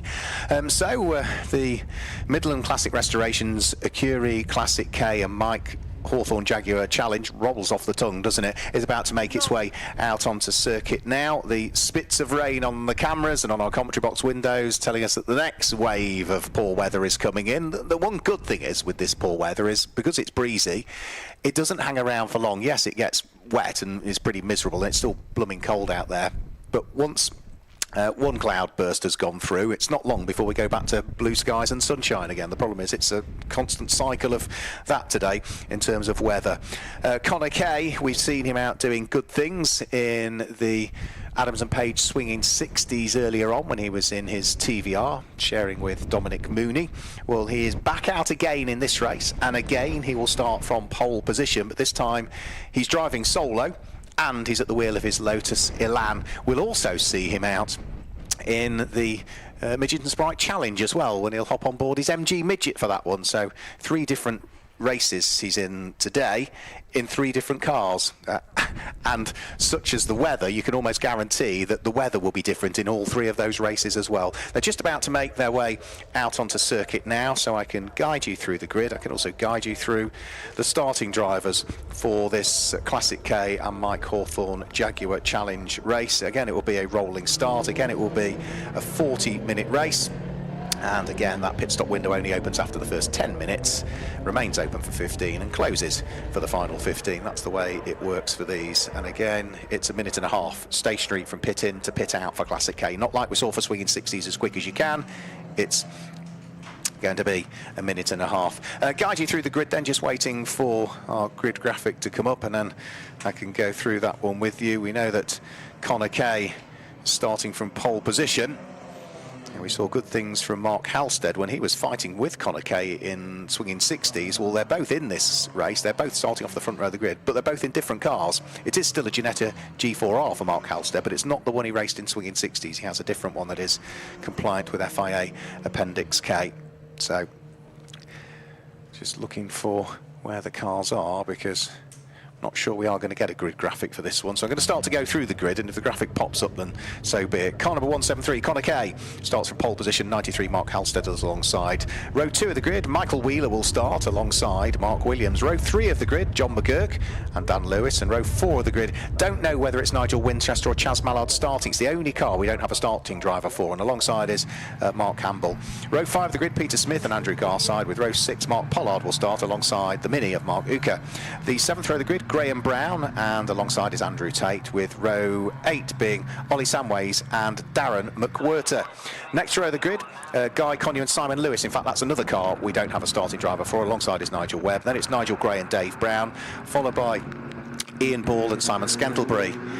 Jake Hinley and Callum Ray are next up, with Simon Niesler sitting alongside. John Andon and Steve Atkinson form row 14. Andrew Rollison row 15 with Richard Partridge for company. Then it's Chris Edwards and the Russell and Daniel Jones shared car. In fact, there's a few more cars we haven't got starting drivers for.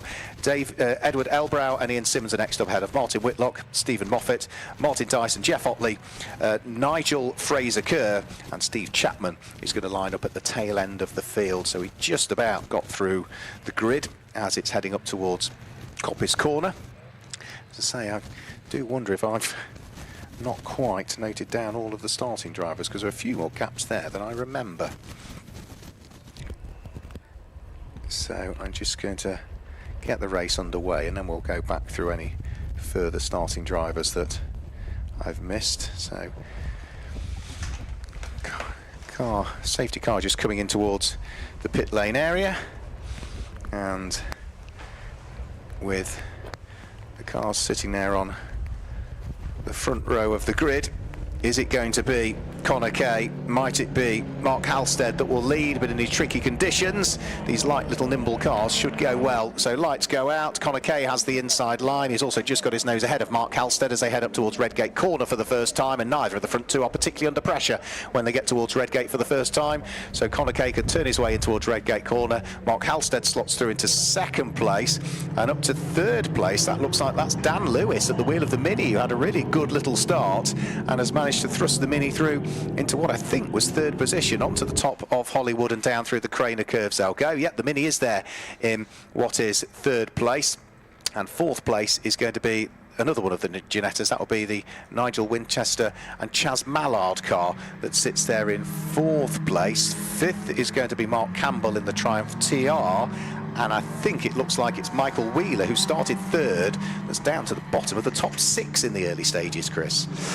Yeah, interesting, isn't it? Because that is son to Richard Wheeler, and I don't know if it's right to say learning the ropes, but certainly doesn't have the experience of his dad, who we see out regularly in cars. So again, with the driver changes, you're always going to get that up and down through the order, which is brilliant. Look at these classic Jaguars racing there, up round McLean's they go. They look fabulous, don't they? Inspector Moore's nowhere to be seen. But racing hard, doesn't matter what the age of these cars, they still race them incredibly hard no matter what. Connor Kay in the lead was very happy when he finished the race earlier.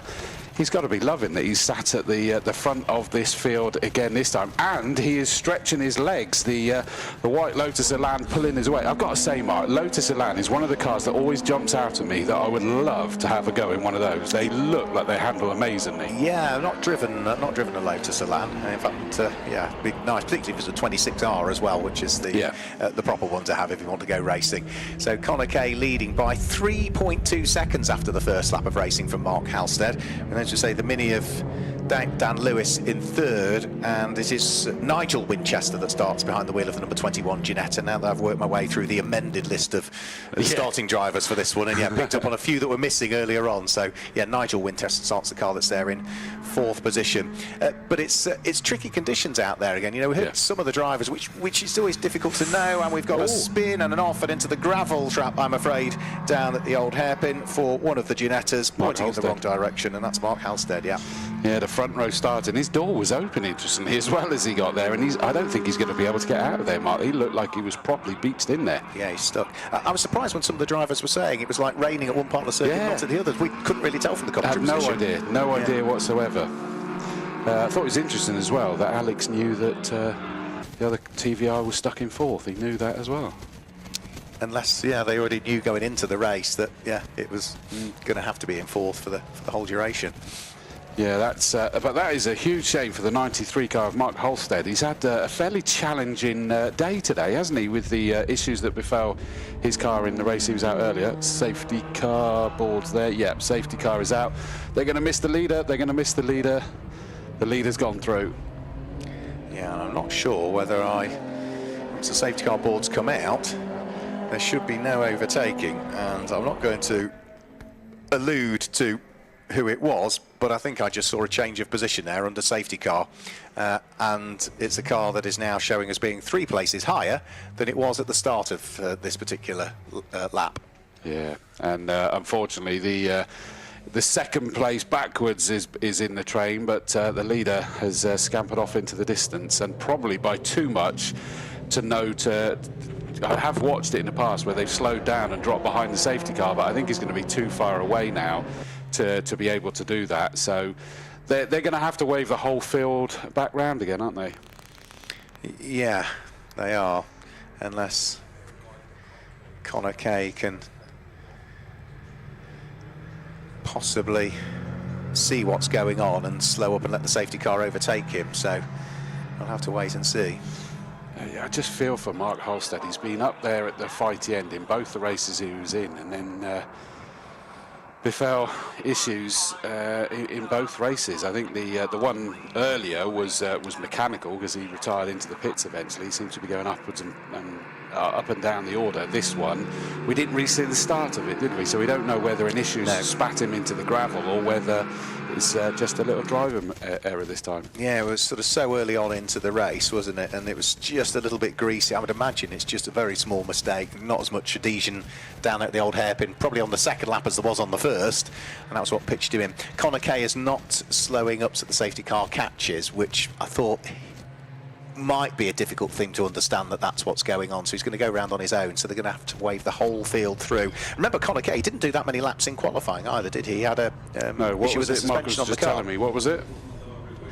Lower rear wishbone failure. So he brought about a red flag, didn't he? Because he stopped on the very edge of the circuit up at McLean's. Ah, that was him. Okay. Got you. So that all happened very, very quickly, sadly. That would just made it an impossible situation for capturing the race leader, and just managed to get past. Because his lead was huge, wasn't it, already, for Connor Kay? And so it was just too difficult to get everything scrambled in time, and safely as well, of course. Yeah, so... We saw that one, what was it, was it Poe or somewhere like that, where a safety car came out, desperately trying to catch the leader, swerved across the track and took out the race leader into the barrier. That was not the best way to scramble a safety car, so you've got to be safe. And if it hasn't happened quick enough for the leader, worry about that afterwards. So Mark Halstead's car is now out of the gravel trap, still on the end of the tow rope, with the telehandler just having pointed it round in the right direction, got it out of the gravel. The safety car is just going towards that point at the moment, so it's just down at the old hairpin. The car that's behind him is, well, behind the safety car is 232, which is Mark Williams, who I thought was slightly later to react than others with the safety car boards going out. So he is running second on the road, shall we say, at the moment. Yeah, and I missed that happen, so I will withhold any judgment, but yes, it all happens. It showed he gained 3 places on the lap where the safety car came out. Now, I'm not suggesting he gained all 3 of those early on in the lap or late on in the lap, but late on in the lap the safety car was out, so there was a net gain of 3. How many of those were good overtakes or otherwise is not for me to worry about? Yeah, it's not our job, is it? It's not our river, it's not even our bridge, so we don't need to worry about that one. So Connor Kay still plodding round on his own. This is going to take a bit of sorting out, isn't it? It's going to eat into the time. So, and what have we got? The safety car was deployed before the pit window, wasn't it? It was. That does mean that the pit window still remains as that 15-minute period. So if we do some of it under safety car, because we're only 2.5 minutes now away from the safety car, then... And what was it you were saying about this pit stop? It is a time. It's not as quick. Minute and a half again. Minute and a half. Safety car's coming in now, so it means that our race leader is pretty much on the back of everybody else. Yes, so Connor Kay has gained the best part of nearly a full lap. So look towards Redgate Corner. That's the fight for second, because the race leader is, right the way at the back of the train now. It's going to take a bit of untangling, isn't it? It is, unfortunately, but... Ooh, and someone's choosing to go. The 280 car's gone before they've got to the line there. That is a lot further back down through the order, but we don't know whether that's Ian Ball or Ben Tovey behind the wheel of that one, but just because the safety car's gone in, you still need to wait. Interestingly, the 93 car of Mark Halstead is carried on round after being dragged out of the gravel. Not sure whether that is allowed or not. I'd happily have that, because we'd rather have them in racing, wouldn't we? We would rather have them in racing. So safety cars come into the pit lane, so all the safety car boards have been removed from around the circuit. However, our timing screen is still suggesting otherwise at the moment, because I panicked we might be going straight back. But it's not. It's just not been removed at this stage. But one good thing is that we're back into full racing conditions, and about a minute before the pit window opens, so we're not going to see this huge dive for the pits had we have been on the safety car, so everybody can now sort of take their 15 minutes if needs be to come into the pits and serve their 1 minute and 30-second pit stop from when they break the beam at pit entry to when they break the beam at pit exit. We've got the change for that second place battle because back up into second has gone. Did we establish Winchester? Chris Winchester, yeah. Yeah. Oh, I got Nigel Winchester. Nigel Winchester, rather, yeah. Oh, that's all right. That's all right. I've just written it down wrong because I wouldn't put it past me. No. So, yeah, Nigel Winchester in that beautiful Ginetta up into second place, the lead of the best of the rest, if you will.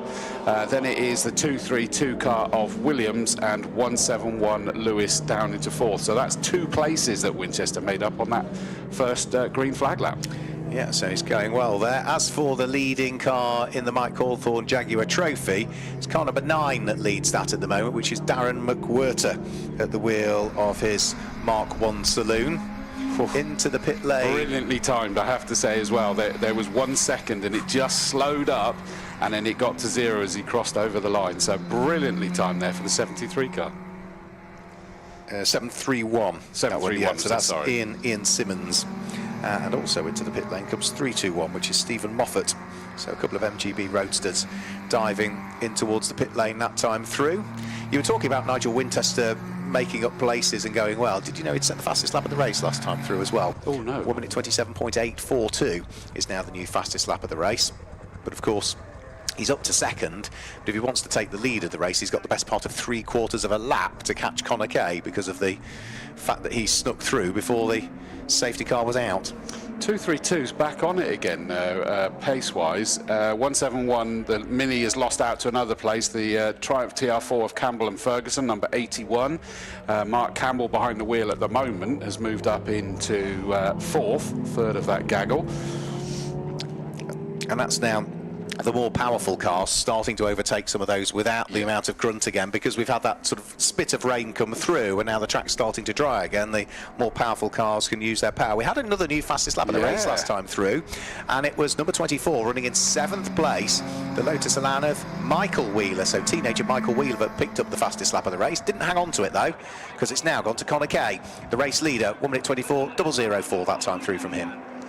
Yeah, I was impressed though to see that for a moment. And the other point I was going to pick up on, although they are starting to drop down now, is it was interesting to see how much slower the track conditions are when you consider pole position was 121.1 earlier today, and they were setting fastest laps in the 26s. They've dropped that down to 24 now, so they're getting closer. But my original point being is it goes to show how tricky the conditions are that we can't even see out there. So those that pitted now re-entering the circuit. Great fight going on between Dan Lewis and Mark Campbell. Mark Campbell, though, in a straight line is able to squirt his way through and past the Mini, and past both of them goes Michael Wheeler. So the number 24 Lotus, which set a quick lap time last time through, has gained another few places this time through. 3 more places gained, up to 4th overall for the number 24 Lotus as it heads up toward Redgate Corner. And that fight's still going on between the Triumph TR4 of Mark Campbell and then the little Mini in the hands of Dan Lewis, who is carving his way through others that have just come out to the pit lane. That's a great fight heading onto the top of Hollywood. Yeah, and that puts that Michael Wheeler 24 car second in class, and only second to our race leader Conor Kay, who's in a class of his own anyway. Yeah, and so that's impressive. And I've not seen the Wheelers race this car before. No. We've seen them out in things like Mazda RX-7s and Ford Fiestas and Lamborghinis.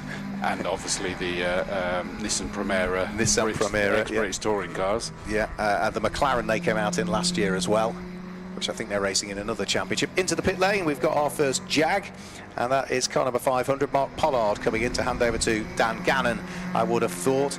And also 281 is in this time through. That will be Dave Brown giving way to Jake Cranston.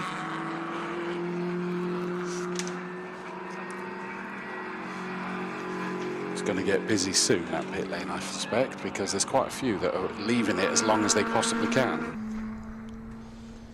Yeah, still got plenty of time though, because there's still another 11 minutes of the pit window, so it's a 15-minute window, so not everybody has to sort of dive in immediately, so they'll just bide their time, some of them I would have thought. New fastest lap of the race, Conor Kay again, as conditions improve. 1 minute 23.9 9.55 from the race leader that time through, who leads by over 60 seconds. Michael Wheeler is just about to make a move for third place around the outside of Redgate. Wasn't quite possible. The 232 Austin Healey of Williams just managed to power it out of Redgate and keep him at bay, but Michael Wheeler is absolutely flying at the moment. Fourth on the road, third of that gaggle from second backwards, and they're all line astern. Absolutely brilliant job. Let's see whether he might have done it. So watching a live stream, you'll be watching cars heading around through Coppice Corner at the moment. I'm going to look towards what is Swanson McLean's to see whether I can pick up on that fight. And has he made it through?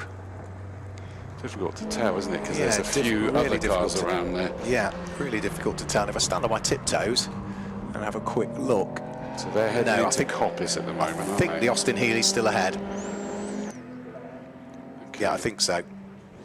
So they are going to be making their way down the exhibition straight in towards Roberts momentarily. I know we're looking a bit further down the order on the screen at the minute, but we're just keeping an eye on this battle because it was second, third, fourth together, and it's still second and third together. So Michael Wheeler just came a little bit unstuck. In fact, the 171 Lewis Mini has got past him. I had a suspicion that might have been the case, but I wasn't confident enough to commit. So up into fourth goes the Mini, but it is chopping and changing as they go into and through Redgate. More cars diving for the pit lane. So this is another Jag coming in now. So this is the number 9 car of Darren McWhirter heading in towards the pit lane at the wheel of his Mark 1. A quick look at the back window tells you it's a Mark 1.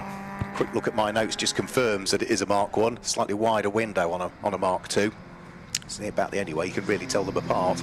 So it's changed again. 24 has got past the Mini, so that is, what did I say, that's fourth and fifth, just duking it out backwards and forwards, and that has enabled the second and third place cars to pull away, but those two are together. It's a bit Noah's Ark, 2 by 2. Winchester and Williams, 21 and 232, and then it is Wheeler in 24 and the 171 Mini of Lewis that are together, although actually it looks like the Lotus has pulled away from the Mini for now. But again, it's that strengths and weaknesses at different parts of the circuits, Mark, isn't it? That it looked like the Elan had pulled away and then suddenly it flopped back again. And then you've got Mark Campbell in the Triumph TR4 who is right with them as well. And then just off the back of that, you've also got Peter Smith at the wheel of his 712 Lotus Cortina. So they're all pretty much together and they're all about to feed their way through the Robert Chicane. Here they come over the start-finish line now. So it is Nigel Winchester, then it is Mark Williams, who's under pressure from Michael Wheeler. The Mini just off that is Dan Lewis. Just behind that is Mark Campbell in the Triumph, and then you finally get the Lotus Cortina. So they're all together at Redgate, and that is second, third, fourth, fifth, sixth and seventh places all together. Yeah, and Wheeler did it. He did it at Redgate. He moved up the inside of Williams, so up into third place for the number 24 Lotus Elan. That was a good move. You could see it coming all the way down the straight that he was going to launch that, and in fact, is that him now already challenging for second place? It is. What an incredible run down through that sequence it is. So it now means that Nigel Winchester, number 21, is under huge pressure in his Ginetta. It's difficult to call it with the sun beaming across the wet circuit at the moment to tell from a distance. He's still got it. Oh, there's a big puff of smoke in the background there, wasn't there? There was, and by the look of things, Michael Wheeler made a small mistake going up in towards Coppice Corner. So again, it was the Mini of Dan Lewis who was able to squeeze his way through. Michael Wheeler reasserts himself and retakes the place by the time they get towards Coppice Corner. So they swap at McLean's, swap back by the time they get towards Coppice Corner. Fantastic battle. Into the pit lane comes Steve Chapman at the wheel of his Triumph TR4, the spearmint coloured car. But who's going to be second, third and fourth, we'll have to wait and see. And in a straight line, the Mini now loses a further place, Dan Lewis, because through goes Mark Campbell at the wheel of his Triumph TR4. So this is great battling going on. One of them finally decides to dive for the pit lane, which is going to be Michael Wheeler, and also the big Austin Healey of Mark Williams dives for the pit lane this time through. So that's a couple of front runners into the pits. I mean, that's incredible then that Campbell, number 81, just made up 3 places on that lap, up into third place. And already hot on the tail of Nigel Winchester. They really are going back and forth in that gaggle, aren't they? They are, yeah. Connor Kay, our race leader, just pressing on out of Redgate and down through the Craner curves he still has a very substantive lead. As we say, he's the only car that sort of snuck through before the safety car came out of the pit lane, and then they didn't wave the whole field by. It is a series, you know, it's just taking away racing time from everybody if you do that. So I get why they don't, but it does mean that it's, you know, handed a massive advantage to Conor Kay, and he's the only one that's got that advantage. Yeah, and I mean, part of me was inside sort of going, I bet he would be frustrated by that, but what I will say is that he was already comfortably in the lead when the safety car came out, so it wasn't like he was under pressure and enjoying a scrap at that point anyway.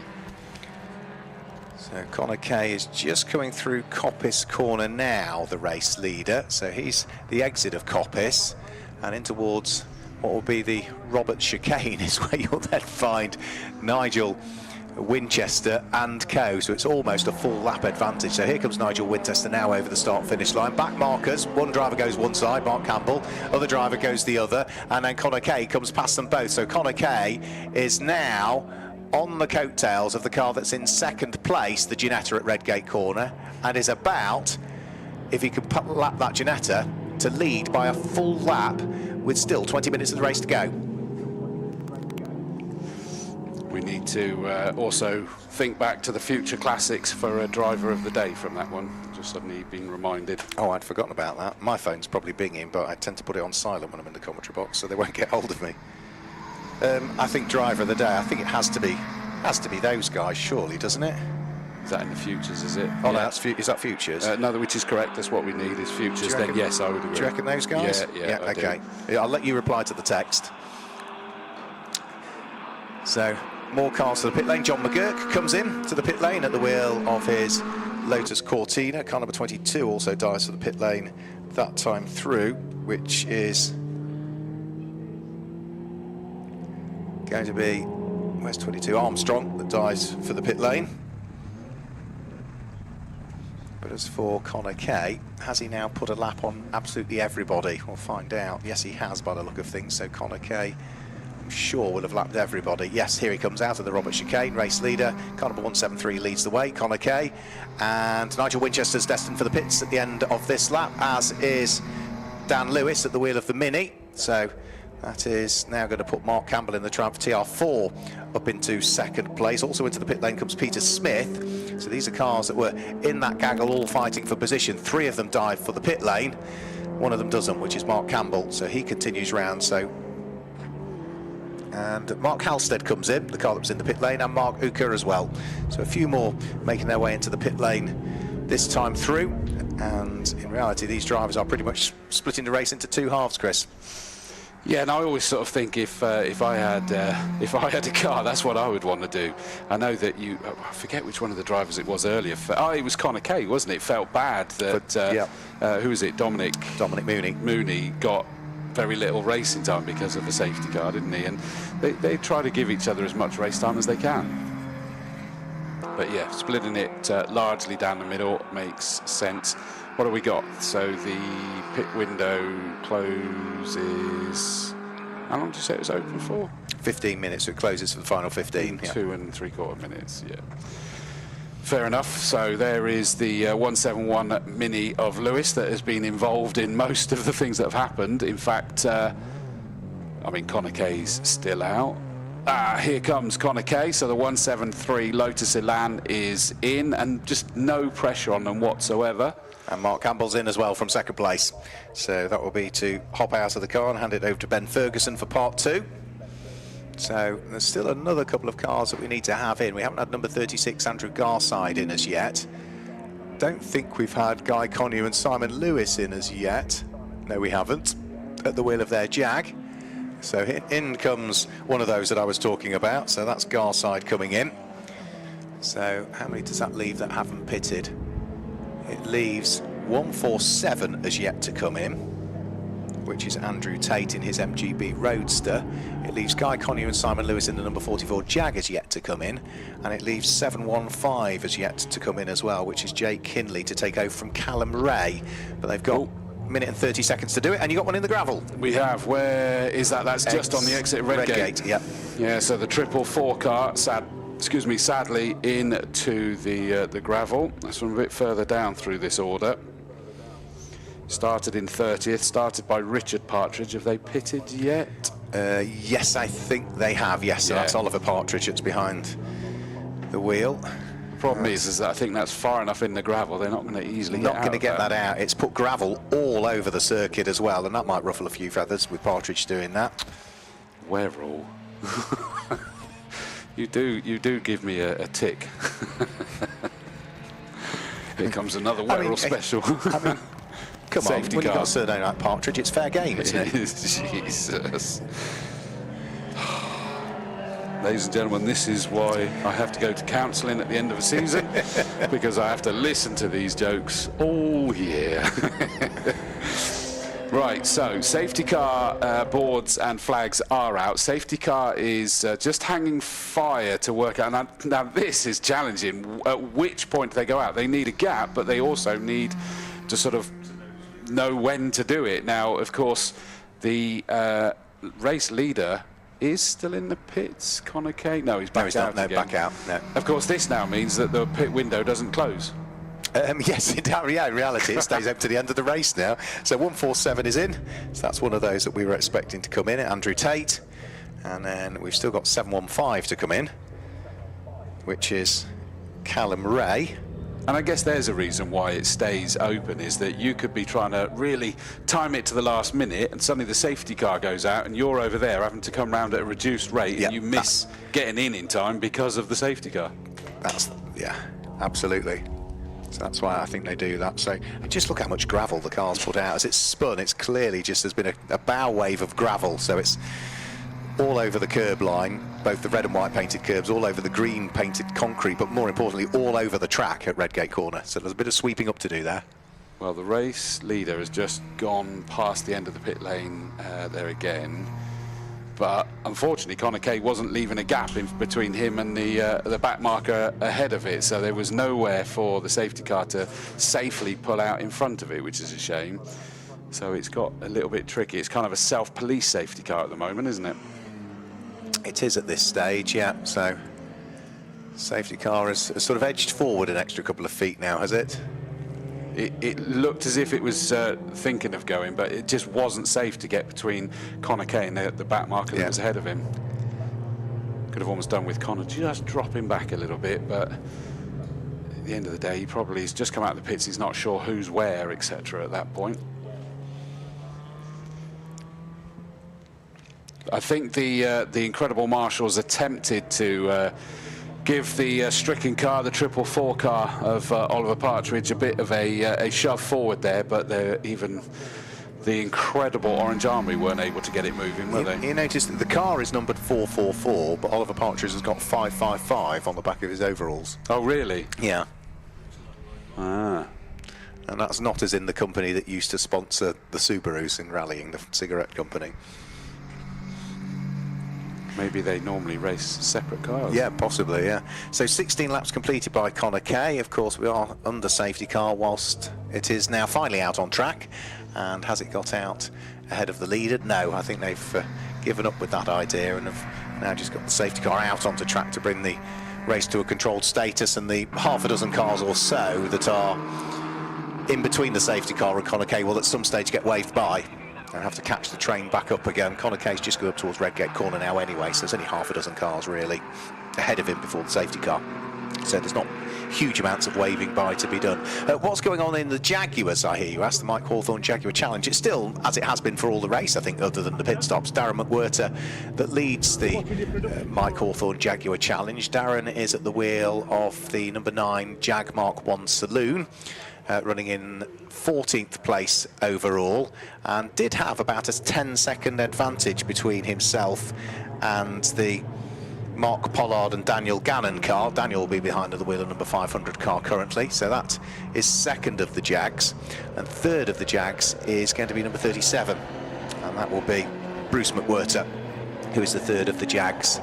We've got another car destined for the pit lane, and that is the MGB that's already been in, hasn't it, that car? I'm sure I've seen that car come into the pit lane already. The gold one at the bottom with the gold, which is Dave Brown and Jake Cranston. Car number 281 is Yep, showing us 2 pit stops. Took me a while to find it amongst the 39 cars that we had. So that's in for its 2nd stop, and I think, Chris, looking out the window, it's in for retirement by the look of things. Yeah. Yeah, driver's out. Oh, and missed the fact that Holstead's in, by the way, in that car that had to be hoiked out of the gravel, which is a shame. Still, we've got the 2nd place car of Reeve and Hindley, 715, yet to stop. I know that the pit window is now open, so I assume it's just decided to push it to the nth degree. Chapman's out as well in that 15 Triumph as well, by the looks of it, the TR4. Steve Chapman, yeah, who we've seen racing the SLR Triumph before, haven't we, Steve Chapman? I love that car. In the past. It's a sleek motor, that one, isn't it? It really is. So, Connor Kay over the start-finish line, leading by pretty much a full lap now from the car in 2nd place, which, according to our timing screen, still hasn't pitted at this stage. 3rd on the road, Mark Campbell and Ben Ferguson's Triumph TR4. It'll be Ben that's behind the wheel. 4th on the road, 171, which is the Mini in the hands of Dan Lewis. 5th is now going to be Richard Wheeler, who's taken over from his son Michael Wheeler at the wheel of number 24 Lotus. And completing the top 6 is car number 22 that completes the top 6, which, for the life of me, I can't find on my piece of paper that I've got there. So let me spin this over. And number 22 is Neil Armstrong at the wheel of his Ginetta G4. And the reason I can't see him is because I don't think he appears on the bit of paper that I've got. And I didn't even spot the car in qualifying, actually. The number 22 car. And I can't even see him on this grid. No, I was the same. How bizarre. I think that was probably the little Ginetta that did the 3 laps out of session, if you recall, and then, because he wasn't a reserve, was able to slot himself onto the grid. Yeah, I see him on my entry list, Neil Armstrong. Yeah. I was waiting for a Mark Werrell joke. No, again. I knew you were, so I didn't do one. Yeah. I just was bracing, basically. No. Could you sense the brace for that one? Yes, yeah, but I didn't want to do one on that occasion because I knew you were waiting for it. Yeah, And, you're not a performing monkey, are no, you? if I say Neil Armstrong, it just wouldn't have the right buzz about it, would it? Jesus, he couldn't resist, could he? What have I done now? So, it does look as though we are good for the rest of the day weather-wise, because it is blue sky as far as I can see. Clouds are in the distance now, and it is certainly warmed up here in our greenhouse of a commentary box. But the drivers will be delighted because it means they're going to get the dry weather, which I know when I was interviewing the Morgans, Yeah. that they were, it's going to be completely different when we go back out next time, and that's what they're going to get. Right, safety car has waved through a number. I think they've got one more they need to wave through, the 25 car. Yeah, that's now been waved, so the 25 car has been waved through. They've now got the race leader, Connor Kay, behind them, albeit that's still a lap ahead, I believe, over the rest of the cars. Just making sure that's still the case. 715 that's running in second, still yet to make its pit stop. So that's going to take some time. Into the pits comes number 57. And I'm assuming that's its second stop. Looking on. Yes, it is, yeah. Yeah. But 715, at least according to the timing screen, hasn't done a pit stop, and as long as that isn't a case of a transponder issue, of course. Yeah, so 57 Martin Dyson at the wheel of the Elva Courier. And then hopefully we might sort of get this race back underway before too much longer. The one thing is, of course, now those cars that have been waved by the safety car now have to run around and catch the train again, so you're reliant on those cars lapping, whilst you're still under yellow flag conditions, but lapping as quickly as they can under those conditions to get back round, back onto the end of the train, and only once that happens can we go racing. Which is why they wait until now to do that, because they are able to go and catch up, rather than if they did that too early when they're still clearing the track. Yeah. You can't do that. No, you can't, no. They are able to push on and catch up with the field as much as they can. Just how beautiful do those Jaguars look, though? It's the sound of them as well. Yeah. They really do look fantastic. So those cars, what was it, 7 of them, I think, that have been waved by. And where is the safety car train? It is just coming down the exhibition straight, so they might turn the lights off maybe a bit earlier. In fact, they've done it now, so here it comes now. We are going to get the race back underway. So Connor Kay over the start-finish line gets the Midland Classic Restorations, Ecurie Classic K and Mike Hawthorn Jaguar Challenge race back underway. As I said earlier, Chris, just rolls off the tongue, that, doesn't it? Yeah, absolutely, yeah. Just trying to make sense. I was trying to see the 715 car. I think it's been sort of past and out of the way, but what you've got is 81, which will be Ferguson now, isn't it, behind the wheel of that TR4, and Lewis in the 171 Mini. They are line astern, Mark, so even after those pit stops, they found themselves joined together again. Down through Old Hairpin, there they are. Yeah, so they're still absolutely together, rolling their sleeves up and slugging it out. Are we going to see the sole remaining car come into the pits at some point? 5 minutes to go. According to our timing screen, 715, which is one of the minis, hasn't been in to the pits as yet. When did it start on the grid? It started 25th, didn't it? Dark blue with a white roof. And therefore we think it's still Callum Ray that's behind the wheel of it. It was one of those that was waved by the safety car, I believe, wasn't it? So it should be coming through any second now. But as we say, according to what we, the information we have, still has not conducted a pit stop. And interestingly, the 22 car of Armstrong got past Wheeler's car before the line, so that'll be interesting to see how that one plays out as well. Through and over the start-finish line goes Armstrong. Neil Armstrong, and that was to get past Ben Ferguson. So as he's got past the dark green Triumph TR on the run in towards Redgate Corner, that now means that the little yellow Ginetta is now up into 3rd position. Richard Wheeler, look around the outside of Dan Lewis in the Mini. That is absolutely brilliant again, and that's between 5th and 6th as they got to Redgate. Some great fights between that lot, isn't there? Yeah, they've been all the way. I don't think that Dan Lewis has done anything other than have a blooming great big smile on his face in this race, because he's always had somebody to squabble with, hasn't he? Yeah, absolutely, of different sizes as well. Yeah, he must have had some good fun in this one. And to be fair, you know, Michael Wheeler and Richard Wheeler, that Elan's been busy all the time. I think we got really well in the hands of Michael earlier. Yeah, no, very, very impressive, and I think the theory is that will go a little bit quicker now, although I don't think there's that much of a margin between the two of them as it stands, but it'll be interesting to see what he can do. But Armstrong seems to be flying in that yellow Ginetta G4R, the number 22 car, even if there's a question mark over a move before the line when the safety car came in, it is still on the hunt down, and it's up into 3rd place on the road. Yeah, it's a rocket ship, isn't it, as he works his way through the order up to 3rd. What might he be able to do to try and gain a further place? Connor Kay set a new fastest lap of the race last time through. 1 minute 21.914 was his fastest lap of the race.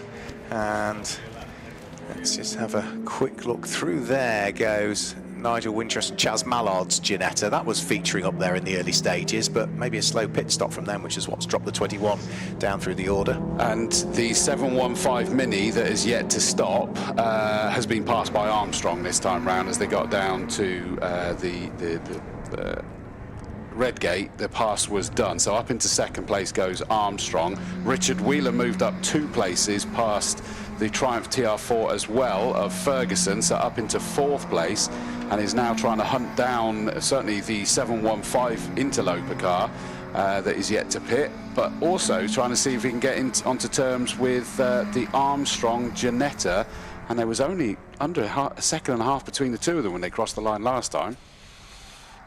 Yeah, what have we got? A couple of minutes to go. That's all on this one. Apologies if you're watching a live stream, still with a few issues with the screen freezing on us today. So with now Neil Armstrong being up into 2nd position, at least we'll get to understand what the problem was in qualifying and why he had to do the 3 laps out of session to enable him to qualify. Yeah, I'm sure that was him, and that's why he's not appeared on the grid sheet, you see, because he had to do them out of session.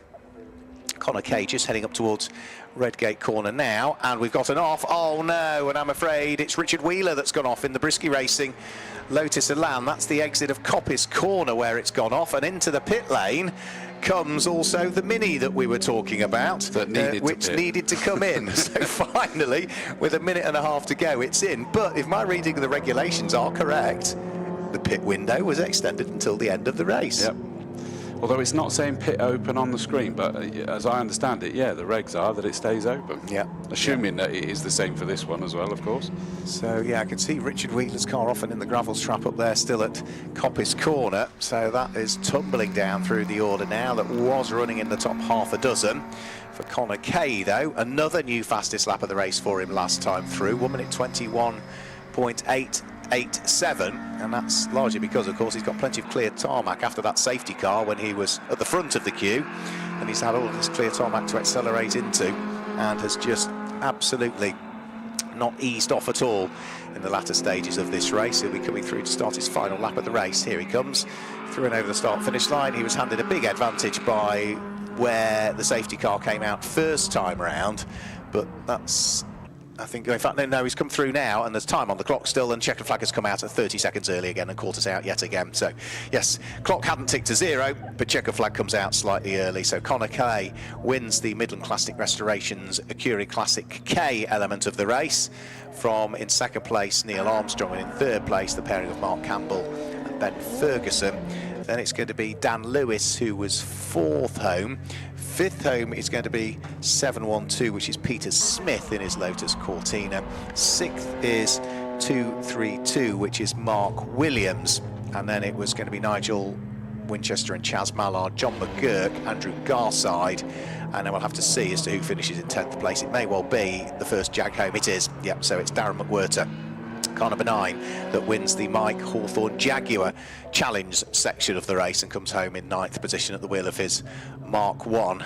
And he was only 2.4 seconds up the road in the end from the second of the Jags home, which was Mark Pollard and Dan Gannon, red Mark 1, which is the number 500 car.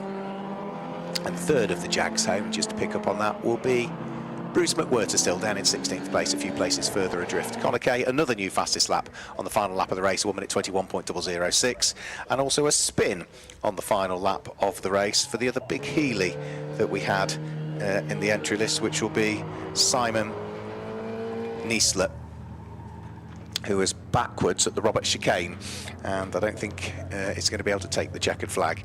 So, final few cars just to come through. In fact, there he goes now, so that he does go through. He does get the car pointing in the right direction and is the last car to take the checkered flag. So he continues on his slowing down lap. Into the pit lane comes Connor Kay, who will be delighted with that win.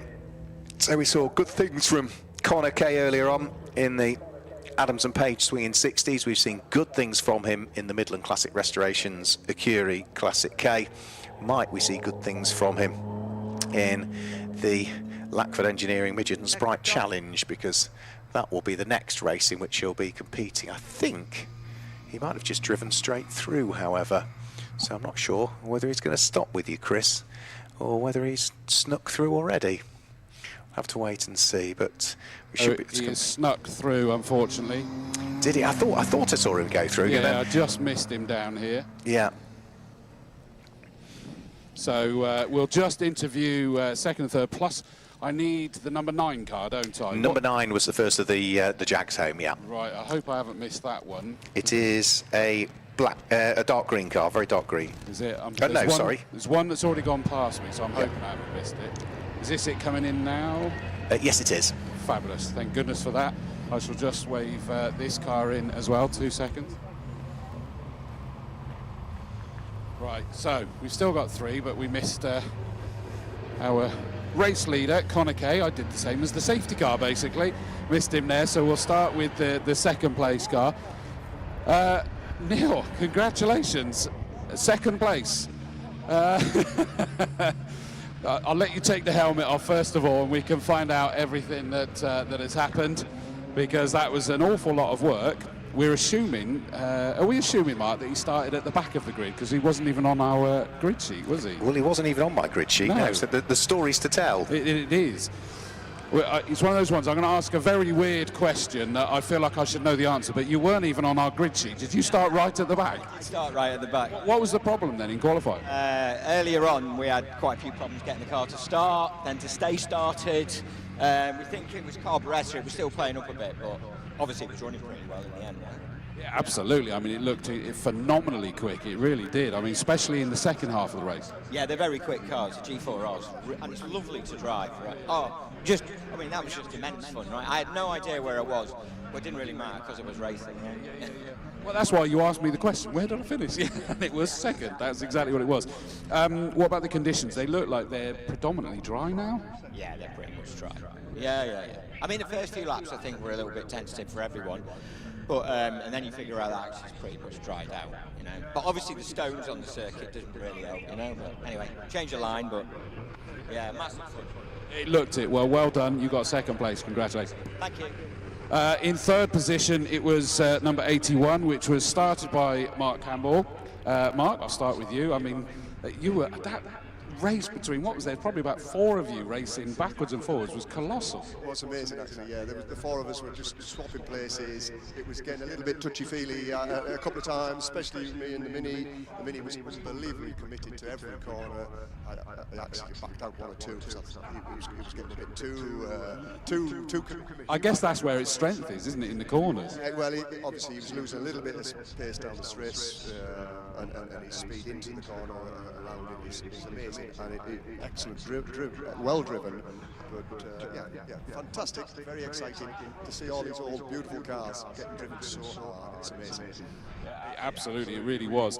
And then, of course, where's Ben? I was thrown by that bit there, but Ben, I mean, it was a kind of a confusing picture for a little while there, wasn't it, after the safety cars? Yeah, we just got lucky with the pit stop. Came out, behind the safety car. And when I realised, when they all came past, I thought, we're actually doing all right here. And I was conscious about the Mini behind us. So I was driving a bit defensively to start with, and then once I just dragged out a bit of a gap, then I could concentrate on driving properly. And just extended the gap a bit, and then could relax a bit, knowing it was going to be the end of the race soon. Well, it was well done, a great third place. Thank you. And the winner of the Mike Hawthorn Jaguars is the number 9 car of Darren McWhirter. Started 16th on the road, finished 10th overall, but most importantly won the Jaguar bit. Well, it dried up, that's how it was only 10th. True, yeah. We were hoping for rain, but it only happened for a little shower. But if it continued raining, I think we would possibly get rid of this little horrible sports cars out of the way. I'd have liked to have seen that. That'd have been fun. Probably weighs about twice as heavy. Yeah, so in the wet they go really well.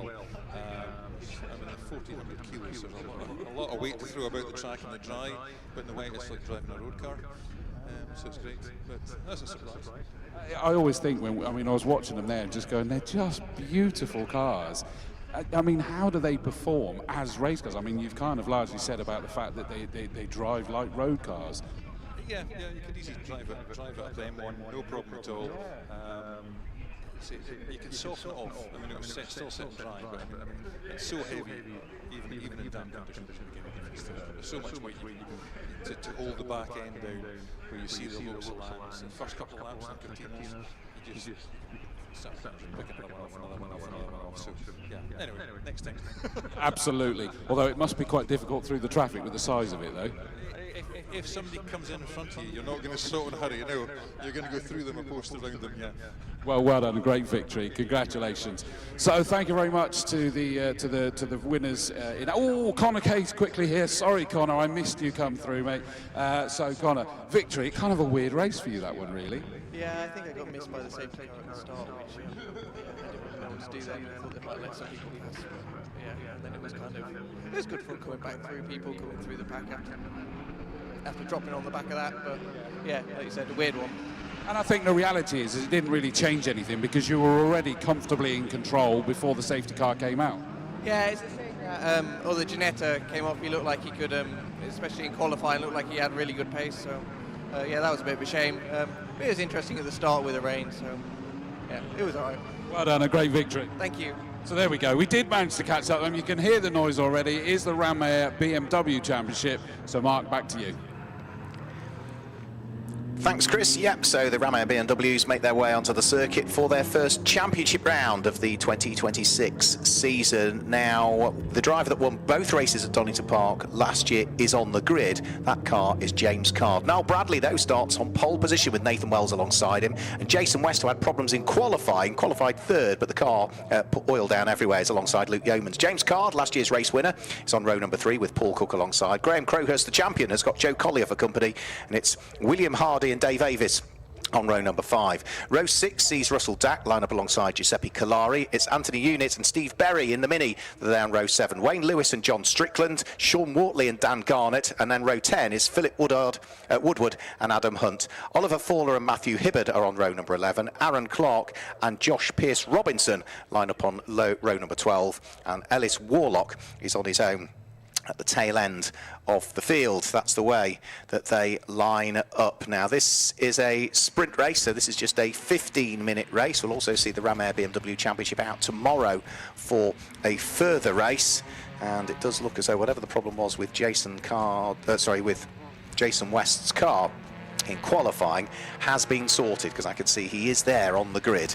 So there was sort of a question mark I had over him, and yeah, just managed to spot his car there. So Niall Bradley will be hoping that he might be able to convert pole position to a race win, but the car that lines up alongside him, Nathan Wells, in what were changeable conditions throughout their slightly delayed qualifying. They were due to qualify before the lunch break. As it was, they qualified afterwards.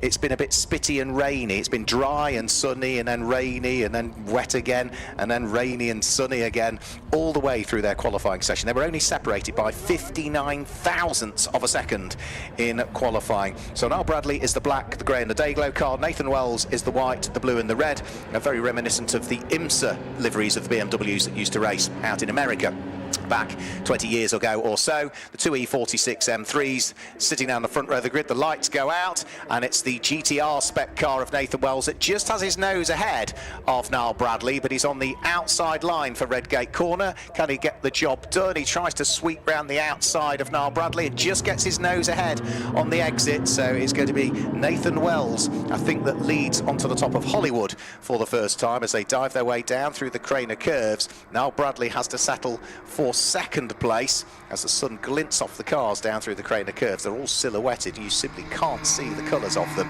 at all. It looks as though it is Luke Yeomans who's there in the E36 M3 in what will be third position. James Card, last year's race winner, is up to fourth.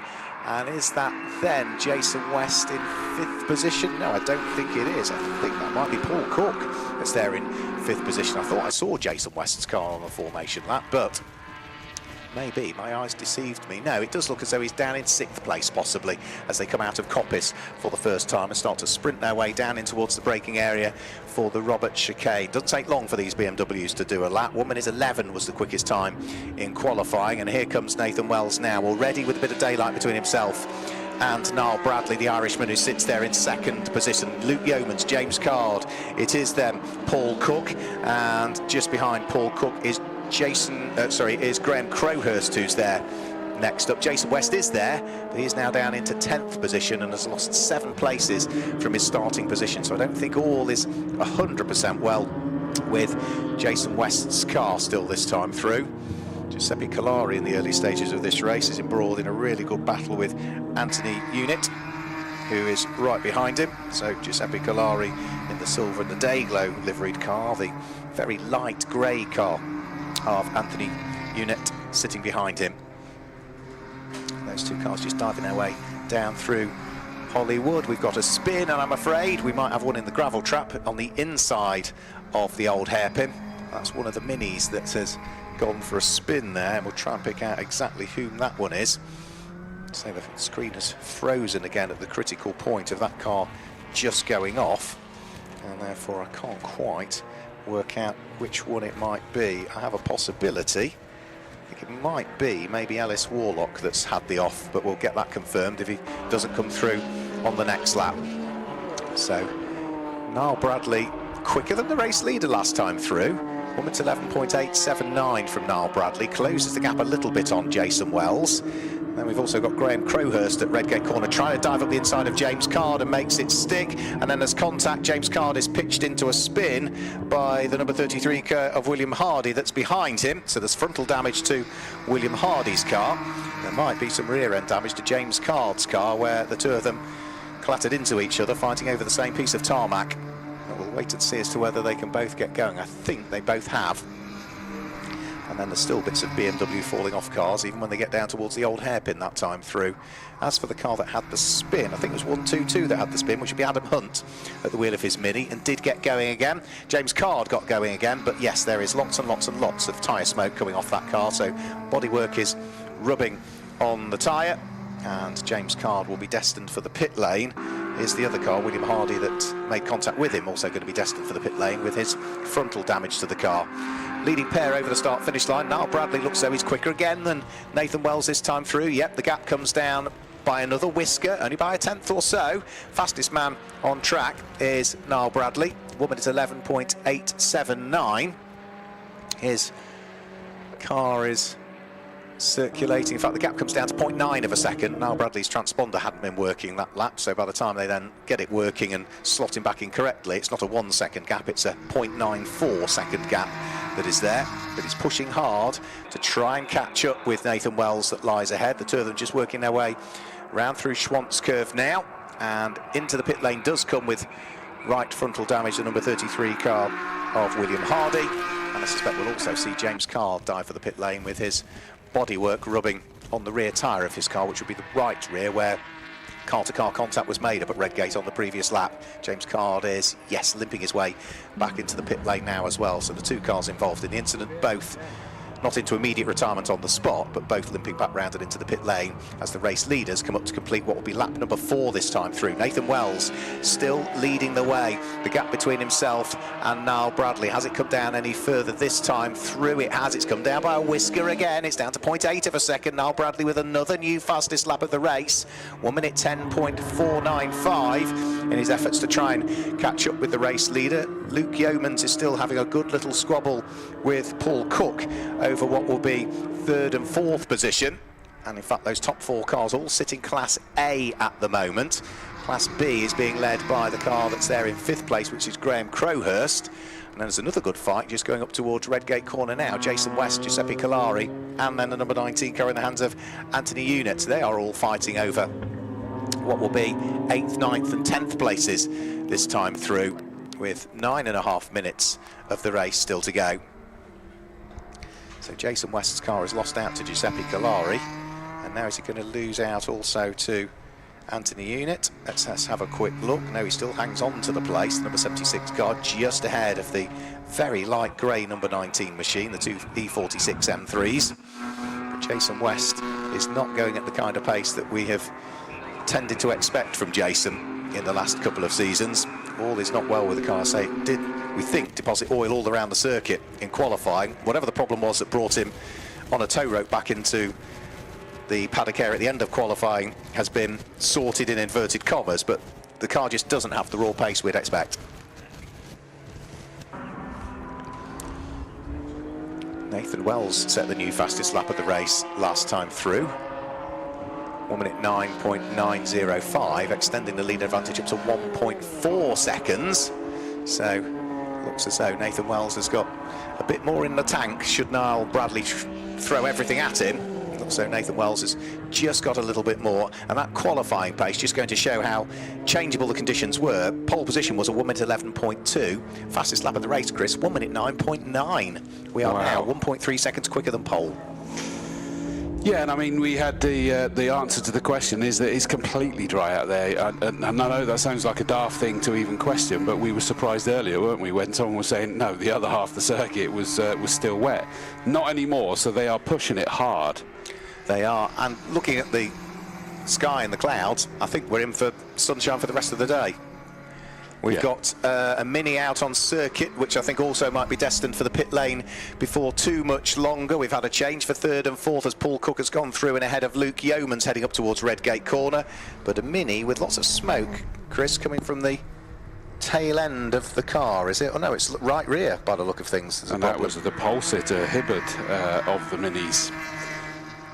because obviously they were in a separate grid in effect, weren't they? They of were. their own, and that was our pole sitter of that, and he's suddenly out. He is, and he's slowing out on In fact, he circuit. was the leader as well in this race, so that's all gone wrong. Yeah, as he's going to pull off on the right-hand side of the circuit on the run up towards Schwantz Curve. So there'll be localised yellow flags there, I'm afraid, and that's such a shame, isn't it?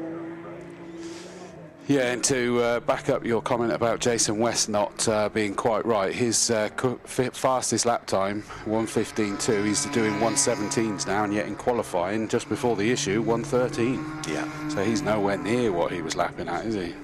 Yeah, it'd be very frustrating for him, but nothing you can do. If the car is going to stay together, at least you can get maybe a few championship points on the board, because the way that it works in the Ram Air BMW Championship, it is where you finish in your class. So, subject to where you finish in your class with 3 competitors or more, which is will have, it's 20 points for a win, 18 for second, 16 for third, and so on. It diminishes from there.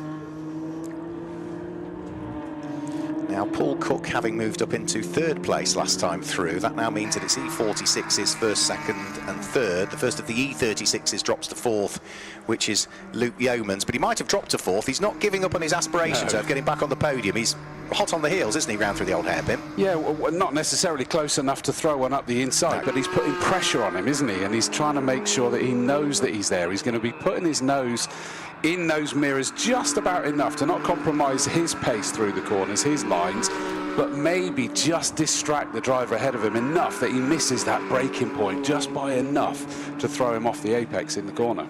Joe Collier had a bit of a wiggly moment there, heading round through McLean's corner at the wheel of his car, and he qualified 8th quickest and is running 6th quickest at the moment. He just set his best lap of the race, actually. That squabble that we're talking about for 3rd and 4th, still coming in towards the braking area for the Robert chicane. It's still Paul Cook from Luke Yeomans, 3rd and 4th. Luke Yeomans close, but not that close. Graham Crowhurst in 5th place, though. He's under pressure, isn't he? And off has got the race leader. Nathan Wells is off, and he's off a long way into the barriers at Redgate Corner. Now, Nathan Wells last year did have a couple of braking issues with the E46 M3. And the way that car has gone straight on all the way through the gravel trap at Redgate suggests it might be a braking issue. As in none. I mean, that's just carried on, hasn't it? Unabated. I mean, thankfully, he's managed to slow him down enough that he's just had a kiss and a cuddle with the recticell barriers by the looks of it, but that would have been rather terrifying, Mark. That doesn't even bear thinking about, does it? If you sort of get down at full speed down the Wheatcroft Straight, go to apply the brakes, and there's either very little, if any, to slow you down. Yeah, I didn't see it. I just picked up on it as our cameras went towards it, and then knew instantly where it would be. So that is Nathan Wells. I think he's out of the car and is walking away, but that's gone, all the way through what is a very large gravel trap, and has still then made contact with the barriers down there as well. 4 minutes of the race to go. I think we'll cover it with localised yellow flags. Won't require a safety car because it's far enough away.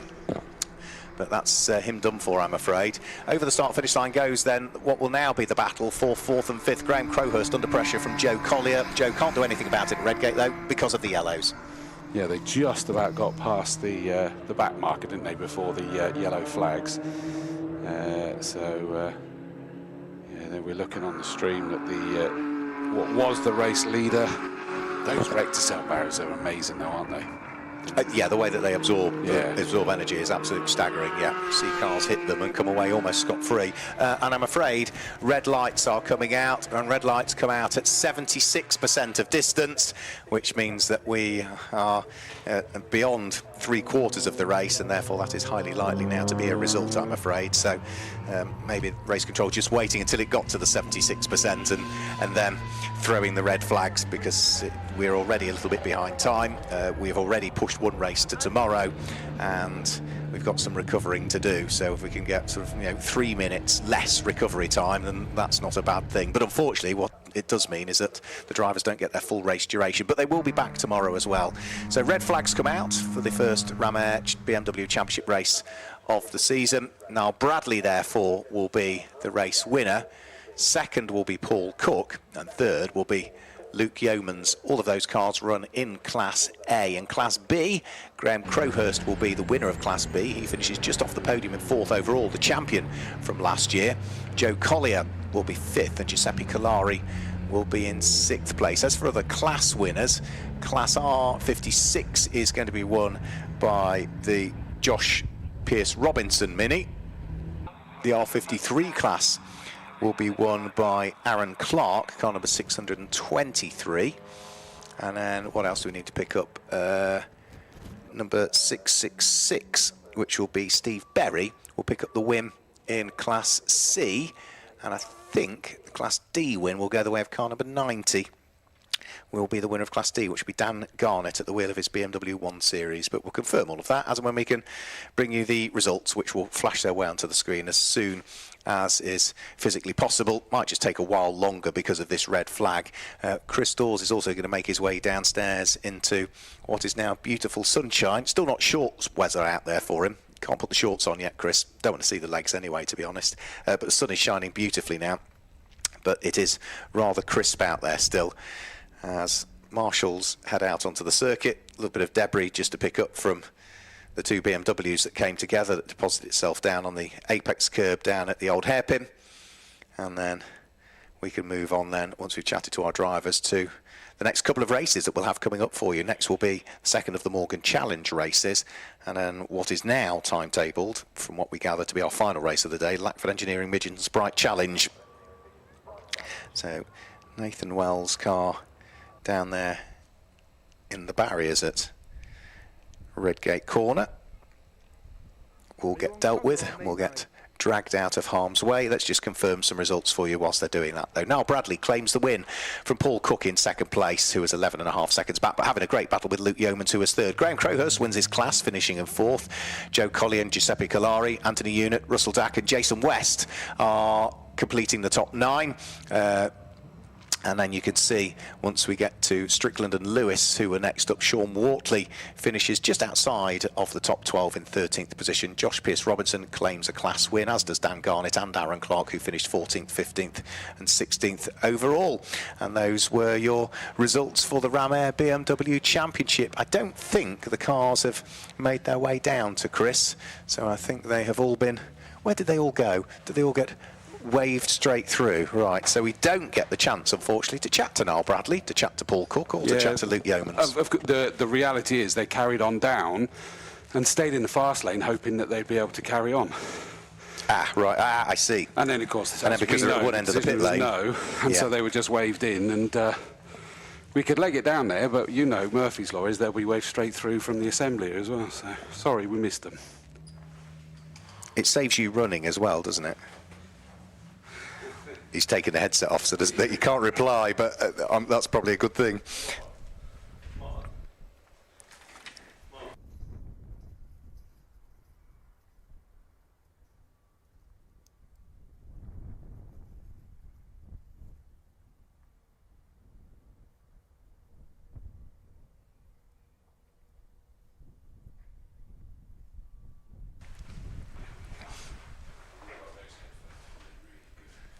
So we'll await the arrival of the next batch of cars onto the circuit. Might just take a short while before we see the Morgans make their way out onto track, because of course there's still this little bit of clearing up that needs doing. Now the grid for the Morgans I don't have at the moment, so I'll need to just make sure they have a grid for them. It is based on their results from the race earlier on today. So grid for race 2. Make sure that we can have a copy of that before the graphics pop up, and then we'll know what the grid looks like, because it is simply based on the results from race number 1. So Keith Arlers will grab the opportunity to start from pole position. Now Jason Wells' car, now that we can see where it is, I think it got all the way to the barriers, but if it made contact with the barriers, Chris, it was the lightest of touches, because there doesn't look to be much more than a scuff on the front of his BMW E46 M3 GTR. So it might have been a scary moment, but it's one that largely he's got away with by the look of things, and I'm sure we are not the only ones that are thankful for that. Nathan Wells and the team will be, because it means that hopefully, if they can work out what went wrong and they've got the parts, they can fix it, and we might see Nathan Wells back out for tomorrow's race, from where he will, I think, start them off the back of the grid pretty much, yes, because the result from race 1 gives us the grid for race 2 for the main BMW Championship. It's slightly different for the minis, but we'll cover all of that off tomorrow. So Marshall's trying to give the car a shove. They've pretty much got it out of the gravel now, and it will make its way. I don't think they'll drive it. They'll probably make sure that they just very carefully bring it back in, maybe on the end of a tow rope into the pit lane area, but all of that will be dealt with by the marshals down there, who is ever doing a cracking job. Whilst all that's going on, of course, the Morgans are waiting patiently in the assembly area for themselves to be able to head out in advance of their second and final race of the day. 20-minute race for them. As we say, after this event here, then the Morgans get the opportunity to head over to mainland Europe and Belgium. The Spa-Francorchamps Grand Prix circuit is next up for them, and whilst we've been talking out the speed of these cars around the Donington Park National Circuit, one can only imagine what the speed of them will be as and when they head onto the Kemmel Straight, which is a big long straight that follows sort of Eau Rouge and Radion up there. The +8s are really going to be motoring on, aren't they, when they get up to top speed around Spa-Francorchamps. So clearing up being done, we can see the recovery unit about to lift Nathan Wells's car onto the flatbed recovery unit. Chris Dawes has come back to join me in the commentary box, which probably means now it gives me the opportunity to scribble down some stuff on my grid for this next race that's coming up, because I think you've just managed to do that, have you, on yours? Half of them, enough of them, that's yes. fine, yeah, I'll just do the same. Tag teamed you in to do the same, exactly that. I'm just about to double check that this is still the correct grid, purely because it means that nothing was changed with the sort of overtake before the line, and no, so it did stay the same way, even though that pass was done long before the line when the safety car came in. But there we go, that's for them to discuss, and I just want to make sure it wasn't a revised grid before we started talking about that. And it does mean one of the big stories for me on this one is going to be the 99 car of Louis Ruff, starting down in 8th place after a start. We didn't see what happened, but he went tumbling down to the back of the field, worked his way up brilliantly, but of course the safety car at the end meant that he was no longer able to make up any more places, and so he's got to start this race in 8th position. Now, he's going to be hoping he can pull his way up through this field fairly sharpish, but he needs to do it quick if he's got any chance of being able to get onto the coattails of certainly the likes of Oliver Pratt and Andrew Thompson, Richard Plant as well, the 111 car. They were all up there together. Even if Keith Arler's managed to scamper off, as he so often does, he's going to want to be up there with those guys as quickly as he can. He's only a couple of rows behind them, to be fair, so he'll be hoping that he can do that. The conditions totally different to what we had for their race earlier. Bone dry, beautiful sunshine. Their biggest challenge they're going to have, though, is the low sunshine now, and it is screaming into their eyes every time they come down the exhibition straight from Coppice down towards Roberts. That's going to be in their eyes, and down the start-finish straight as well. And it's not going to be pleasant for them. The rest of the time they kind of turned away from it, so it's not a problem. But two of the longest sections, they are going to be right staring at the sun. So I'd imagine some of them have tried to get tint onto their visors as much as possible so that they don't get overly dazzled.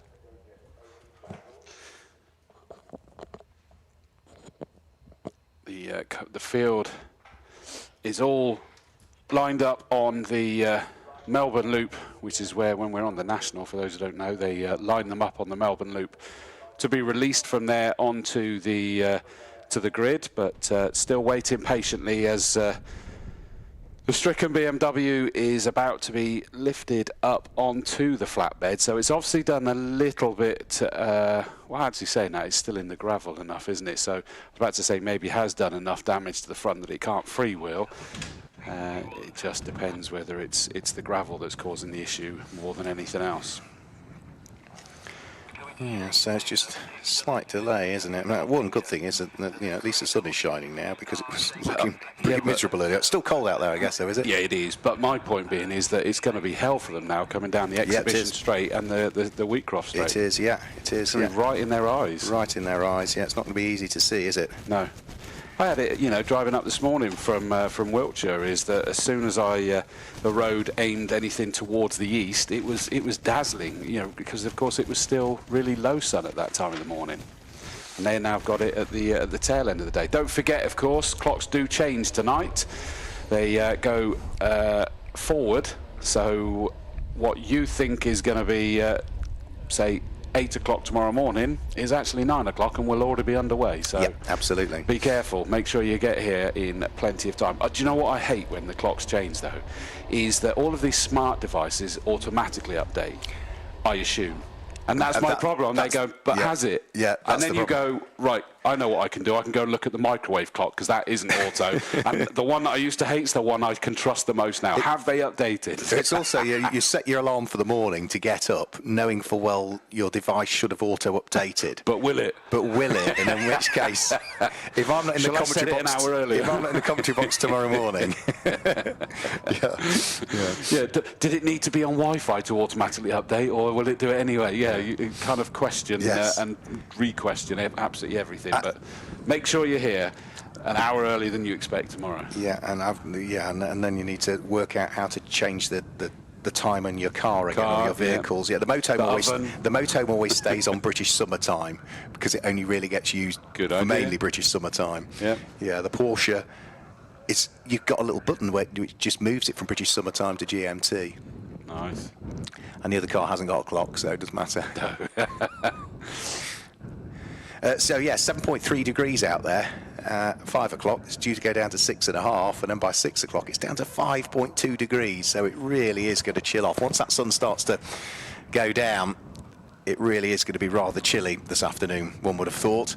So we are almost got Nathan Wells and his car out of harm's way. It's on the flatbed recovery unit now, but it's still trackside of the barriers. It looks as though there is now a telehandler just looking to try and reposition itself where it needs to be, and then with the recovery driver clambering back into the cab, that should just be a case of reverse back through Redgate where the gap is, and that car will be out of harm's way. So pull forward, spin the truck around back in the direction that it was coming from,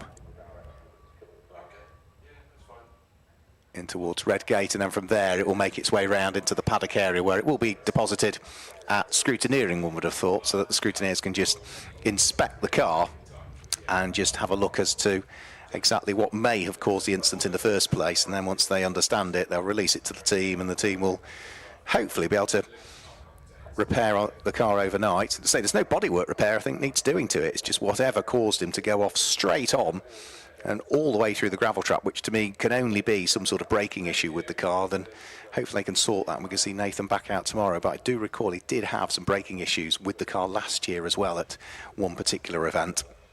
So let's hope it's not a reoccurrence of those. So the Morgans have been waiting patiently. They are now just working their way out behind the safety car onto their formation lap. So we can look forward then to our second Morgan Challenge race of the day. 20-minute race once more. And let's see as to who might be able to mount a challenge on Keith Arler's in these now pretty dry conditions. So we can guide you through the grid as they make their way out onto the circuit. Say it is based on the finishing positions from the race earlier on today. If you won your class, you picked up 10 championship points. If you were second, you were 8, and third for 6. So Keith Arlers and Oliver Pratt on the front row of the grid, Andrew Thompson and Richard Plant row 2. Sam Garland, Freddie Hayth, row number 3, with William Pratt sitting there on row number 4 alongside Louis Ruff. Apologies, I've lost all pictures again. Here we go, they come back. Gary Townsend is next up, and alongside him is John Milbank, Harold Clark and Martin Pratt are next through. Row 7, it's Tim Parsons and Kathy Sherry, Tony Kilby and Kelvin Laidlaw on row number 8, Nigel Stuckey and Philip Sinclair Tisdale on row number 9, Roger Whiteside and Peter Cole row 10, John Bevan and Simon Sherry on row 11, and James Sumner starts at the back of what is a 23-car grid for the second Morgan Challenge race at the Donington Derby race meeting. Looking forward to this one because they could really open up the taps, can't they, on the big +8s? Yeah, I mean, we heard in the interviews that they had to be a lot more careful with the power, didn't they, in those slippery conditions, and now they get to unleash them. And I know your comment earlier, you say they're sort of very respectful gentlemen drivers, but they know how to race these things properly, don't they? Yeah. You've got to get hold of some cars by the scruff of the neck a bit, haven't you? And absolutely. And Morgan's one of those. How cute was it as well? I probably had the wrong word to use. That Keith Arlers felt absolutely mortified that he'd missed the checkered flag. He'd never done that in his 30 years of racing the Morgans, and he just did it because he was concentrating after the safety car and the conditions and everything. And he genuinely was mortified about it. And it's like, dude, it's all cool, it's all right. But it was nice that he took it that seriously. Yeah, absolutely. Yeah, cut him in half. He's Morgan, isn't he? Yes. He's been racing them for donkey's years, including British GT. He raced Morgans in British GT, of course, and has raced Morgans, classic Morgans at Le Mans. Yeah. Each year, and there's some very, very nice cars. But yeah, Keith will be mortified that with all of his experience, 110 wins now in Morgans, that it's the first time that he's ever missed a checkered flag. So then colours, Keith Arlers, the dark blue, number 29 car sitting on pole position, alongside Oliver Pratt in the red, number 74 car. Row 2 of the grid, it's another red car, Andrew Thompson, alongside the deep burgundy coloured car of Richard Plant. And row 3, it's red again for Stuart Garland, and alongside him is the green and silver coloured number 67 car in the hands of Freddie Hayth. Let's see what they might be able to do this time through. We've got 20 minutes on the clock. We've got lights on the gantry. Keith Arlers and Oliver Pratt on the front row of the grid, and when the lights go out, which they do now, it's not a bad start from Oliver Pratt, but Keith Arlers is going to have his nose ahead as they head up towards Redgate Corner for the first time, but he breaks that a little bit earlier because he's a bigger and a heavier car, and Oliver Pratt sweeps around the outside to pick up the lead of the race. So it's Oliver Pratt that leads the way as they have a little bit of dust just raised in the background of the pack as somebody just runs wide going through Redgate Corner, but it's Oliver Pratt that leads from Keith Arlers in second place, and third at the moment. So difficult to see the colours of the cars down there at that part of the circuit, and I still can't tell, even on the stream. No, and I noticed that when they were heading down to Redgate, it is still red, we can see now, as they raise up through the Schwann's curve Andrew into Thompson. That must be Andrew Thompson that's third, mustn't it? Yes, it must be, and still red in the lead as well, which means, of course, that is Oliver Pratt there. I think Louis Ruff's up to fourth, possibly, at this stage, so keep an eye on that, and Richard Plant's down to fifth, but yeah, you're absolutely right, Oliver Pratt was leading the way, but in a straight line, Keith Arlers and the extra grunt of the V8 engine +8 might just tell, but of course, he'll be travelling quicker, he's a heavier car, and when he gets onto the brakes, he'll have to brake earlier, but he has picked up the lead of the race down the straight, as I thought he would do. Doesn't exactly make friends with the apex, though, and runs a bit wide on turning, which means that straight away Oliver Pratt, who got the corner right, retakes the lead. Louis Ruff in fourth position, as you say, and he's about to move up into third place. That's the red and white 99 car's got the inside line as well for Redgate, so up the inside of Thompson he goes, sign sealed. Ooh, and I'm about to say delivered, but it's not quite yet. It's being made to fight for it. Is Thompson is not going to make it easy for him, but I think he might have just done it. Now we're into the realms where it's difficult to pick out which car is which. Goodness me, just get slightly offline by making that challenge, and they have to wrestle it back, which is what we saw, really, wasn't it? So Louis Ruff has done it, by the way. Keith Arlers, he didn't dare move back to the outside coming into Roberts, and it just compromised him all the way through the chicane, didn't it? He did, yeah. He lost loads of time through the chicane. That was why he lost the lead of the race again, and he hasn't as yet been able to pick back up on the lead of the race. I suspect he might have another nibble as they head out of Coppice this time and down the straight, because Oliver Pratt just doesn't have the same amount of power in his car. They're both Class 1 cars, but in a straight line, Keith Arlers' car is bigger, it's heavier, it's got more power, based on power to weight ratio, than Oliver Pratt runs out of puff. His is a lighter car, but it doesn't have the power, but its power to weight still means they're in the same class. So here they come. Keith Arlers briefly back into the lead. He loses it again to Oliver Pratt. Oliver Pratt tries to get across the nose of Keith Arlers to prevent him overtaking on the run towards Redgate Corner. So Keith Arlers switches to the opposite side of the circuit, takes a nice wide sweep in to see what he might be able to do, maybe about an undercut coming back out of the corner. This is fantastic stuff. Oh, and look at that slide there from Keith Arlers as he's diving desperately for that inside line, and I think he did it there, did he not? No, he hasn't, has he? That looks like a red hue on the lead car. So Keith Arles, but the rear end looked like it snapped out on him, but it was because of it being a power slide as he dived back towards the inside. He's being made to work for this, isn't he? He is, and they're slowing each other up. Ooh. And now Louis Ruff has caught them, and he wants in on the fun as well. So that will be 3 cars now squabbling for the lead of the race, and if they all start to squabble, don't rule out the fact that Andrew Thompson, who's in 4th at the moment, might catch back up again. So through Coppice Corner, it's still Oliver Pratt from Keith Arles from Louis Ruff. Is Keith Arles going to have another go this time down in towards the braking area for the Robert chicane? Well, we'll find out very, very shortly when they reappear back into view. He's not close enough though, so Oliver Pratt's still going to have the lead of the race. Keith Arles still there in 2nd. Louis Ruff, with the best seat in the house, sitting there in 3rd. Yeah, I was waiting to see if this was a deliberate ploy this time round by Keith Arles.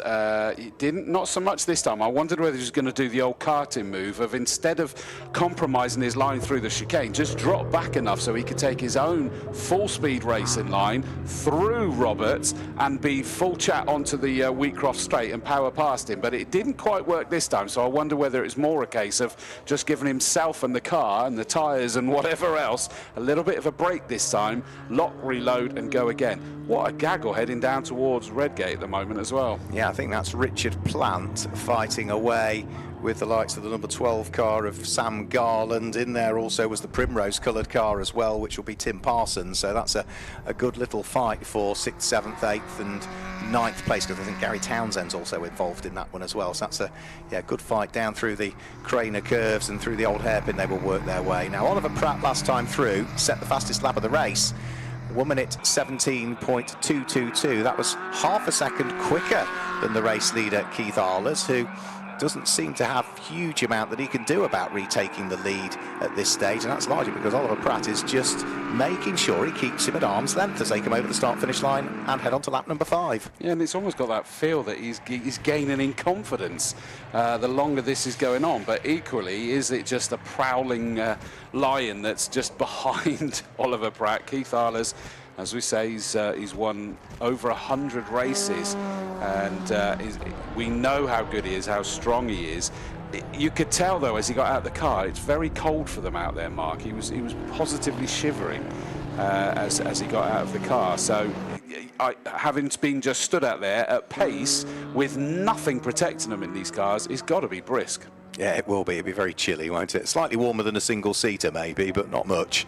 New fastest lap of the race last time through for Keith Arles, 1 minute 16.357, bringing the gap down to 6/10. Done. They were going up into McLean's and encountering 3 backmarkers having a fight, and it just means that Keith Arles was able to take advantage of that delay, and it has changed. So Keith Arles, has it changed again? It changed by the time they got to Coppice, but I think it's changing again by the time they get down in towards Roberts this time through, because Keith Arles jinked out from the slipstream of Oliver Pratt. Yeah, and he is now through.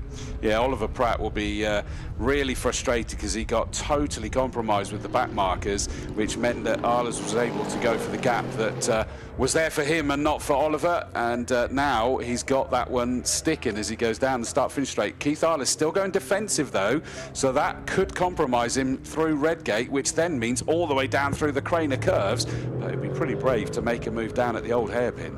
Louis Ruff still sitting there in 3rd, but he's dropped away from the leading pair. 4th is Andrew Thompson, who sneaks his way through and past Peter Coles Morgan, which is the only Morgan that has the roof on. That would have been handy for the rain earlier on, less so now.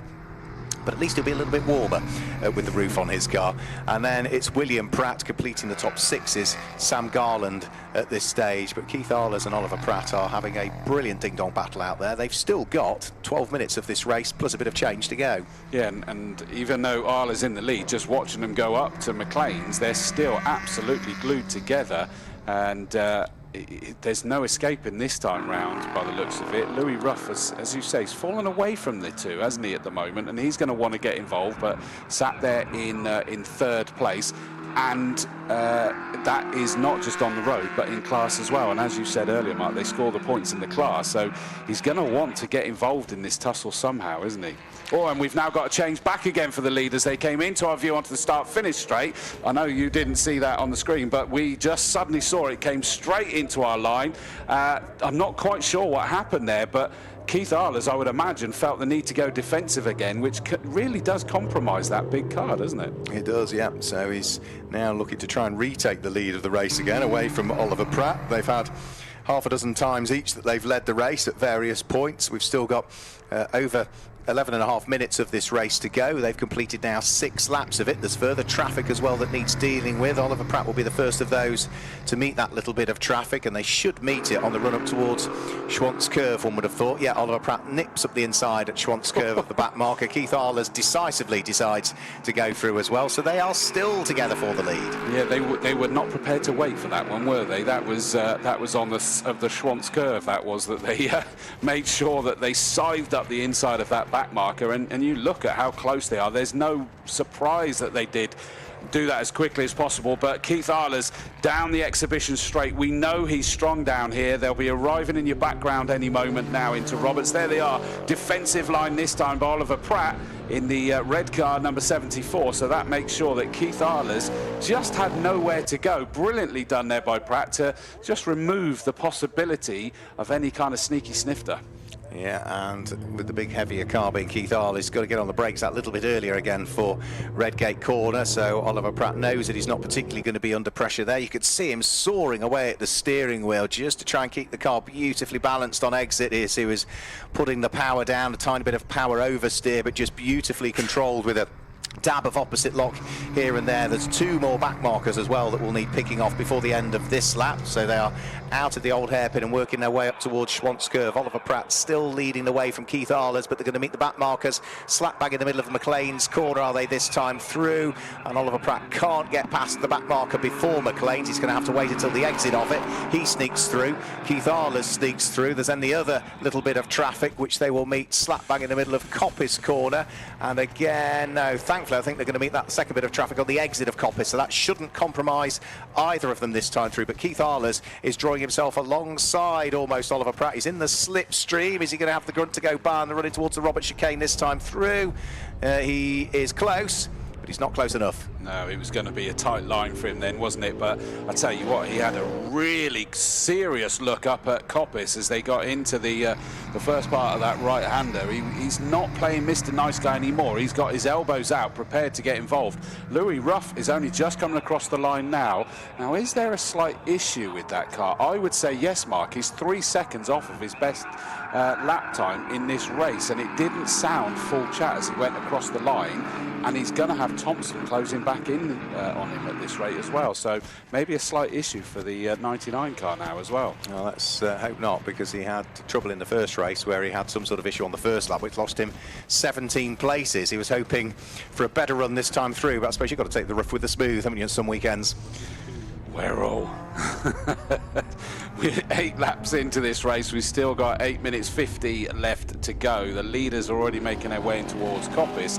At the moment, the leader, Oliver Pratt, has actually got a bit of fresh air for a moment as Keith Arlers, but we've seen him do this before. Oh, and we've got coming onto the start-finish straight, a car just ran wide ever so gently onto the grass. Freddie Hayth. Yeah, which we saw him suddenly have an issue earlier, didn't we? And never really got back on song, so thankfully that was a gentle moment. Across the line for the 9th time goes our race leaders. Oliver Pratt, number 74, still has the nod, just put in a new fastest lap of the race there as well, 1:16.0. So that's a good lap time there, and it means that he's now over a second ahead of Keith Arlers. He's out of DRS zone now. Yeah, and Keith actually put in his best individual lap of the race so far as well. So he did a 1:16.195. So there's only 0.13 of a second between the pair of them, but it's just enough for Oliver Pratt to continue just edge away that little bit more. Louis Ruff in third place, falling into the clutches of Andrew Thompson. There's only 1.5 seconds between that pair, and then some other good battles going out on track as well. In particular, the likes of Martin Pratt fighting away with Gary Townsend, and then the number 83 car as well, which is going to be Howard Clark. Keep an eye out for those. They are running 9th, 10th and 11th. Martin Pratt was at the front of the queue in the grey machine. I'm not sure he is anymore, because I think he might have lost a place. Yes, Gary Townsend's gone through. Yeah, and Garland lost 2 places just ahead of them by running deep into the Robert chicane. Here comes our leaders into the Robert chicane, trying to get past back markers again. I'd noticed up at McLean's towards Coppice is that a back marker was just encountered at the wrong moment. They did nothing wrong. It was just as they went up the Schwantz curve into McLean's, and there was nowhere for Oliver Pratt to go. And I thought it brought Keith Arler's back in, but by the time they got round to us, that had spread the other way. So I suspect Arler's lost out with a different back marker before they got to us, and that margin has actually gone out by about another 1/10 to 1.249. Still just over 6.5 minutes left to go. At which point is he going to go for it? Well, I think at the moment Oliver Pratt has lost a little bit of time trying to work his way past John Milbank. I think it was the back marker, the number 15 car. So it's midway through the Craner Curves, so he just had to sort of back off the throttle a little bit. So that's brought Keith Arler slightly closer to the coattails of Oliver Pratt, but he's still going to be well over a second to 1.1 seconds back. Oliver Pratt locks the brakes, so going in towards Coppice corner and goes straight off and through the gravel trap, snatch the inside brake, off he goes. Keith Arler follows him off as well briefly and loses time. They both scramble their way back out. Keith, I think, just about avoided the gravel trap, but Oliver went a long way through it. And then we got Martin Pratt all over the grass coming over the start finish line as well. So is somebody dropping something out on circuit? Possibly, because I've just seen another car pull off at Coppice, which I think might be Tim Parsons. Ah, okay. Now it is just a case of red flag is out, red flag. Because Louis Ruff is off at Coppice as well and in the gravel trap. And and there's been quite a few have been losing it onto the grass, coming on to the start-finish straight as well. Yeah. So I think somebody's putting something down. Yeah. So there's no obvious signs of anything on the start-finish line. What have we got to percentage-wise? Only 71%, so in reality we haven't got to 3/4 distance. Now, Louis Ruff is out of the gravel trap, I'm pleased to say, because he sort of reversed himself backwards in it, but I think one wheel was almost on the curb, so you could see the car rocking as he applied the throttle, and I think a tiny shove from a marshal got him back out again. But what are we going to do with these cars? They're all coming into the pit lane, and they are being held for the moment at the bottom of the pit lane. Rather than Oliver Pratt stopped halfway down in the slow lane, if you will, and they're just chatting, but of course he's just gone heavily through the gravel. Yeah. 1 or 2 just taking it steady as they come in. And you kind of think, well, it may well be their decision is based on the fact that they potentially, if we have dropped some fluid out there, that they've got to dress what I would suspect, Mark, with the amount that there was various places that people were losing adhesion, is that it could be a reasonable amount of the circuit might need to be treated. Yeah, so I mean it might not necessarily be oil, it could be something like antifreeze that's been dropped down there. Which would disappear, wouldn't it? Which would, it takes a while still, Does antifreeze, yeah, okay. It doesn't evaporate half as quick as water. Louis Ruff got out of the gravel because he did, yeah. He got one wheel on the curb and he was rocking it on the throttle, and I think a shove from a marshal got him there in the end. Williams Motorsport emblazoned on that, up where I grew up, in Chipping Sobbury. Well, officially it's up in Chipping Sobbury, and amongst a couple of other things they do Morgan's, and they do Norton motorbikes now as well. So they really go for the classic car and bike. I did identify correctly the car that had pulled off at Coppice Corner as being Tim Parsons, because he hasn't returned to the pit lane area. Everyone else is sort of on their way round, and Tim Parsons is one of those that isn't. So was that him going off on someone else's oil, or was that his own problem that was putting down the oil that was causing the issues for everybody else, causing him ultimately to retirement? So Keith Arlers comes into the pit lane. And he stopped where I should potentially interview him, but I don't know whether to go down because they're in the fast lane, potentially yet to go out, aren't they? They are.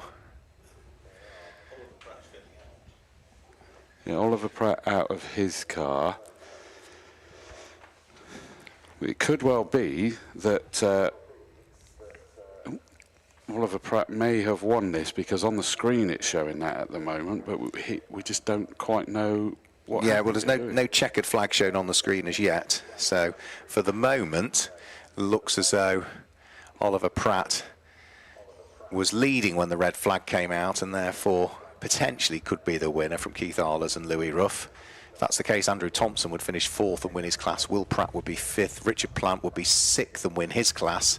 Sam Garland and Gary Townsend would be 7th and 8th. But say these are very much provisional results at this stage, because it's still showing on our timing screens it is red flag.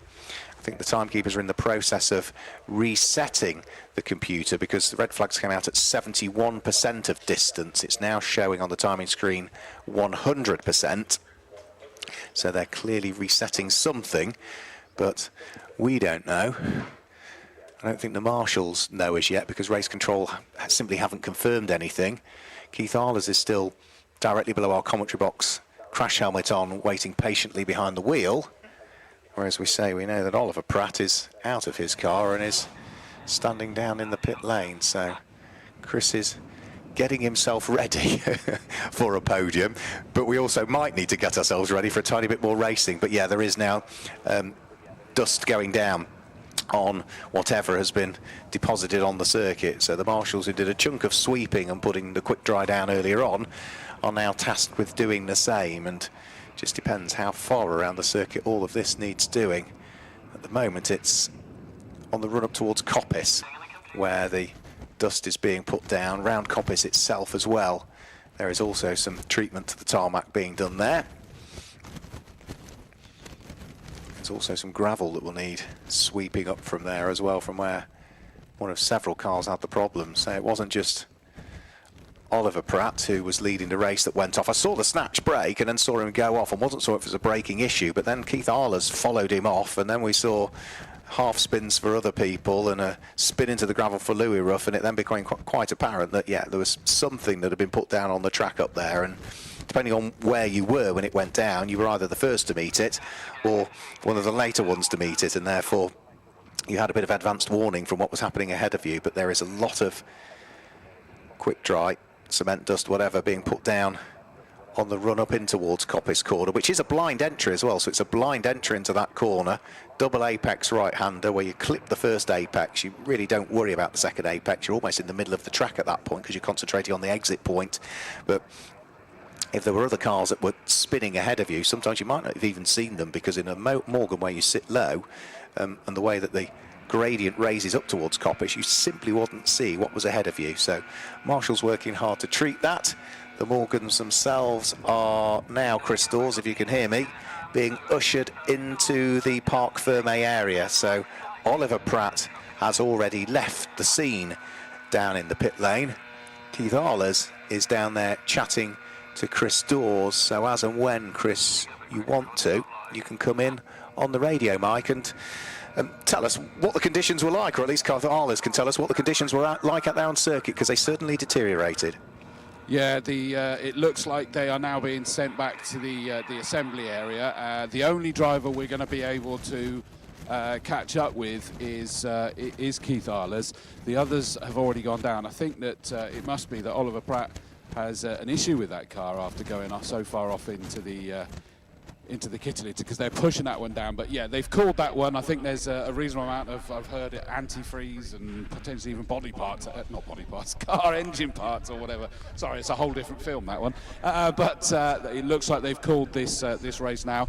We don't know whether he's first or second, and the reality is, let's leave that one to be worked out. But what we can discuss, Keith Arlers, what a race. That was an absolute belter. Yeah, I mean, total uncertainty at the moment as to the result. It's either Ollie or me the winner. And to be honest, whichever of us wins, I'm easy. Ollie drove a fantastic race, and we were right 100% on it the whole time.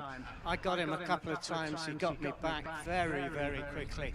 Fantastic race, and whoever wins, it's been a great day out. It really has. I mean, I was loving that. It's from both of you, both as skillful as each other. It was an incredibly fast game of chess because you were trying to not just throw it up the inside, but you were mindful that what's that going to be on the outside, and just to watch it play out between you was amazing. Well, you can't beat a really good Morgan Plus 8. They're a delight to drive. They're so fast. You can get some crazy slip angles on, and they just make for great racing. The only thing I take home tonight is I was 70 a couple of months ago. He's half my age, so if I am second, I'm still going to go home happy. So are we, Keith. It was so good, and I hope that really bodes well for this season. It's the first race of the new season, and if we've got this to look forward to, it's going to be a humdinger. That's very kind. Thank you very much. Cheers. Well done. So there we go. Keith Arler's either first or second. TSL-timing.com. You'll be able to find all of that later, or on the Classic Sports Car Club website. There's a bulletin board if you go to the Donington race meeting for this weekend. Everything is put up there as bulletins.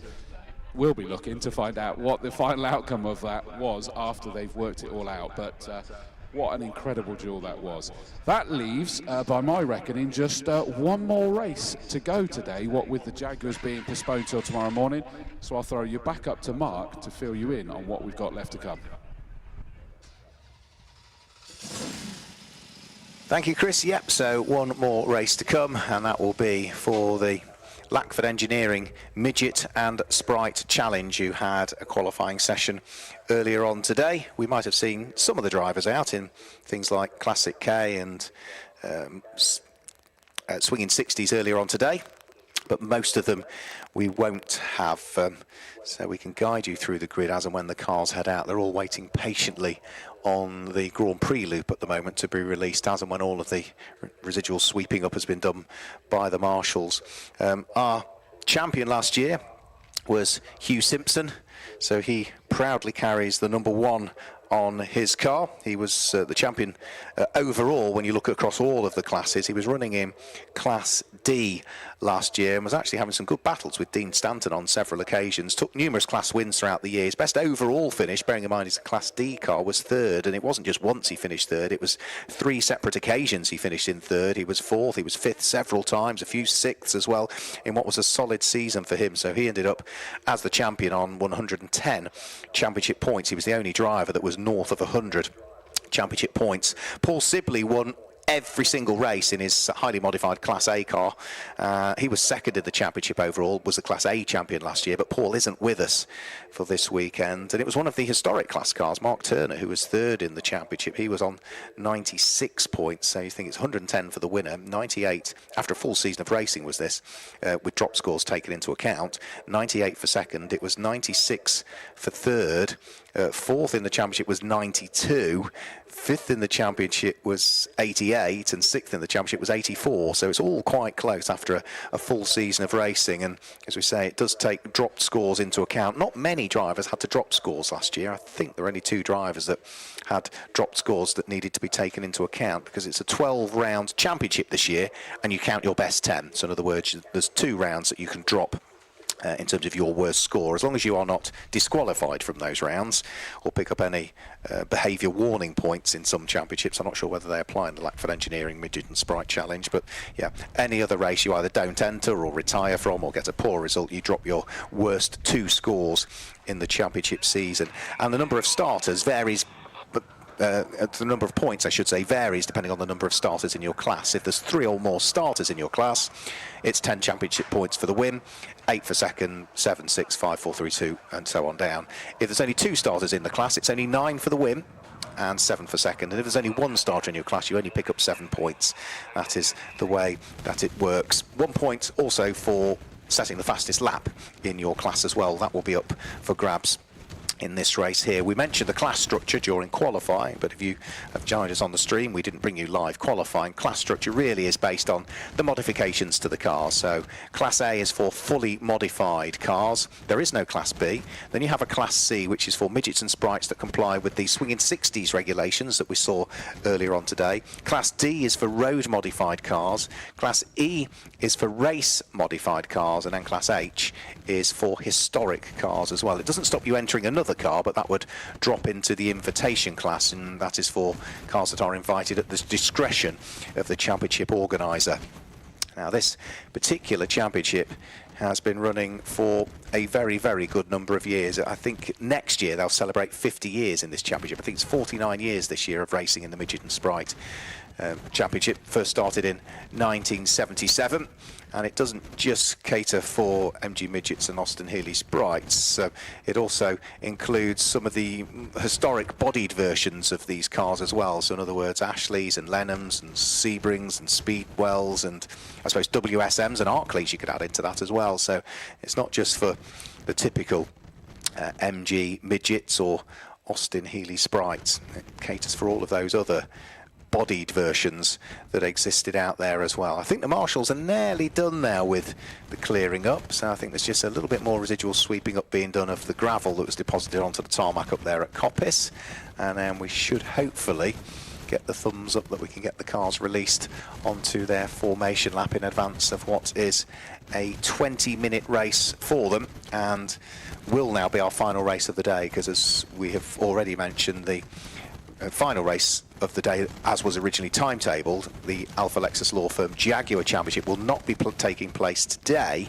That will now be taking place at about 2 minutes past 9 tomorrow morning, before we get any further qualifying underway. So we'll be, if you're here at the circuit, certainly bringing you the commentary for that one. I'm led to believe it is pretty much confirmed we will be live streaming it tomorrow as well, albeit that wasn't originally planned. So I think the film crew and our camera operators, which have been out there in these cold conditions all day, I think they have sort of agreed that they can make themselves available 9 o'clock in the morning and get here. So that would be great if we can sort that out. So cars making their way out onto circuit then for the formation lap for the Lackford Engineering Midget and Sprite Challenge. We've done lots of talking about the championship and how the classes work and how the points work and what happened last year, but what we haven't really done is tell you about how the grid will form up. So we'll do that as the cars head out there. Our television signal keeps dropping out and coming back in, so here it comes. We can now see what we're supposed to be talking about. James Hughes, I should say, starts on pole position with Connor Kay alongside Pippa Cow and Ian Bergin on row 2. William Potter and Richard Perry on row number 3. Barney Collinson and Hugh Simpson on row number 4. Justin Potter and James Keir on row number 5. And as we head to row number 6, it's Bruce Burrows and Archie Potter, I should say. Chris Pidcock and Mark Cloutman are next up, ahead of Jason Meredith and Mike Kenny. Mike Chalk and Nick Rose, John Hughes and Amelia Storer on the next row of the grid. The final full row of the grid is Anthony Twiddle and Richard Bryan, and Mark MacDonald lines up at the tail end of the field. So there is one car missing off that grid that qualified this morning, because we had an even number of cars qualify, 24, and only 23 appeared on that graphic. So there's somebody that's fallen by the wayside and an amended grid has been issued. I will have a quick look. I'm not aware of an amended grid. Let's have a look. No, 24 cars. Right, okay. There was somebody missing somewhere, not to worry. So, in terms of colours then, James Hughes, white car with a blue stripe down the centre. He starts from pole position. Connor Kay, who is looking for his 3rd win of the day. Yep. One swinging 60s, one classic K in his 3rd different car. He lines up alongside in the red machine. Row 2 of the grid, it's largely silver for Pippa Cow, but there's some little light blue bits on the front corners of it. Alongside is the red and blue car of Ian Bergin. Row 3 of the grid, William Potter's car is blue, alongside the all-red car of Richard Perry, and row 4, Bonnie Collinson's car is blue, alongside is number 1, the champion from last year, Hugh Simpson, largely red, but it's got flashes of white and blue around it. So Connor Kay, 3 different races, 3 different cars, 2 wins so far. Could he make it a hat-trick? I wouldn't count against him, I've got to be honest. What has he done? The last one was a Lotus Elan. What was the first one? TVR. Goodness me, so they're very different cars, aren't they? So yeah, I think there's a pretty reasonable chance. Actually no, James Hughes was 2 seconds quicker. 2 seconds quicker. So no, I think this one may well just elude him. I can't remember what the conditions were like though, to be honest. Yeah, neither can I. It was a long time ago when these qualified. They qualified with the Morgans, didn't they? Yes, of course. So it would have been a bit wet for some of it. Yeah. And mixed up at the end of the day. Mixed up, yeah. So we'll wait and see. Right, safety car has still got its lights illuminated. It's going to be a standing start for these, that's why. So It will now peel its way into the pit lane, and regulations say starts may be a mixture of rolling and standing starts as specified in the meeting regulations. Well, clearly the meeting regulations for this one state standing start rather than rolling start. So it's our first standing start of the weekend, isn't it? Cool. I think the safety car was just making sure that they were bunched up sufficiently by the time they came down to here. Good to see the 11 cars back out. Ian Bergin, you remember that we were waiting thinking they were going to get in trouble because they pitted before the pit window opened, but then it suddenly stopped on the infield anyway, so they never needed to pick up a penalty. Well, whatever the issue was, they've got it sorted and are out there. How lovely is that James Keir 76 car? Absolutely beautiful. As you say that, you see your eyes suddenly get drawn to something else, don't they? They do, yeah. For me, my eyes are always going to be drawn to Mike Henney's car in baby blue, frog-eyed Sprite. I know someone that's got one of those. Yeah. You race it like he does, then? No, mine is going to stay and be pampered and go out on special occasions. But it will get used. As well? It will get used. It is. It's Speedwell blue, my one. Yeah. Sorry. Yeah, of course. Yeah. Obviously. My mistake. Which, with its reg plate being PPA, is affectionately known as Pippa. And of course we do have a Pippa on the grid as well, Pippa Cow, who was a race winner last year in this category. So final row of the grid just comes into position now. Green flag waves at the tail end of the field. James Hughes and Connor Kay start on the front row of the grid. The white car's James Hughes, the red car is Connor Kay. And in the setting sun here at Donington Park, which is going to make visibility equally as difficult for these drivers, lights go out, and it's not a great start from the pole sitter. It's a really good start from Hugh Simpson, actually, and a good start from Connor Kay from the outside of the front row of the grid. But as they head up towards the braking area for Redgate Corner, there's contact further back, and I think Mike Henney has briefly had a spin and might have made light contact with the pit wall. As they go through Redgate Corner, it is James Hughes that has still managed to pick up the lead of the race, even though he's slightly slower away when the lights went out. Yeah, I think they're nimble enough, aren't they, that although, you know, the inside line is a lot tighter, he was able to make that one work. But he is being harangued by the red 173 car of Connor Kay all the way down to Old Hairpin.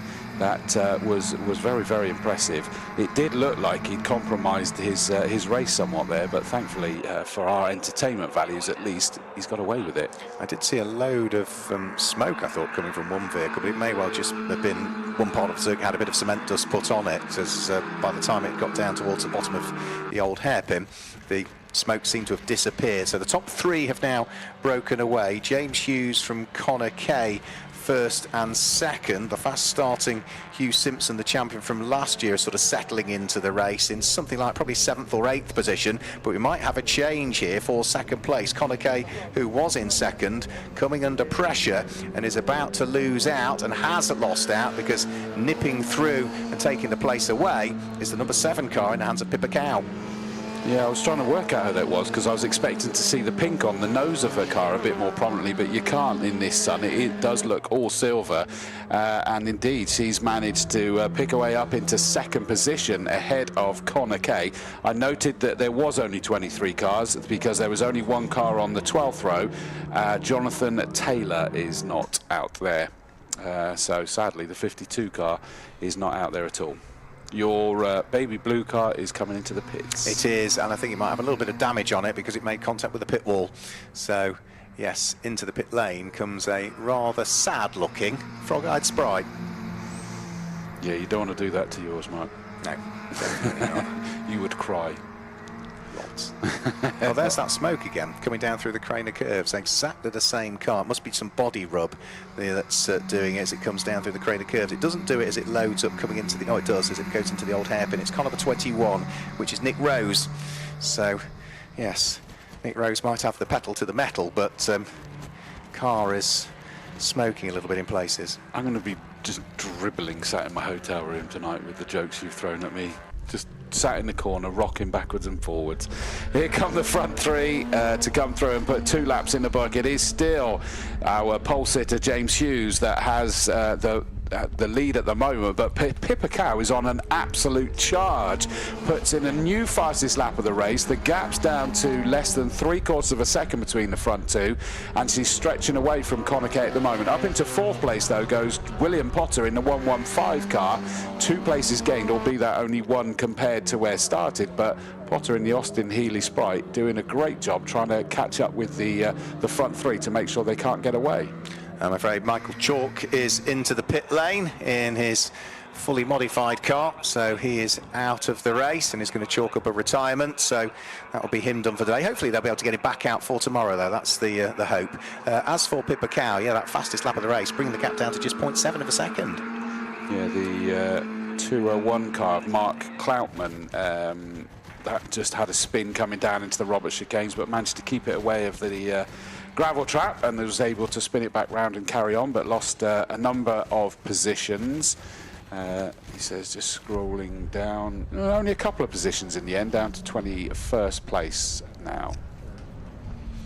Race leader comes into Roberts, has managed to gap Pippa Cow a little bit now, I would suggest. 0.703 was the margin last time, 0.795, but not by as much as I thought it was as they came into Roberts, but that would have been the optical illusion. Again, I mean, when we look out of our commentary box down towards Redgate and the sun just dazzling into our eyes, what must that be like if you're trying to race at speed and pick your braking points if you can't even see properly? Yeah, no, absolutely. Yeah. And equally, going the other direction, that's going to be dazzling in their mirrors. Yes, yeah. Yeah, it's not easy, you know, and I've raced when you sort of get to twilight and the sun's getting down and you can just see nothing, everything's silhouetted. You can't see the cars ahead of you and what they're doing, you can't see the brake lights come on, you can't really see the apexes and pick them all out. It is really, really difficult as well.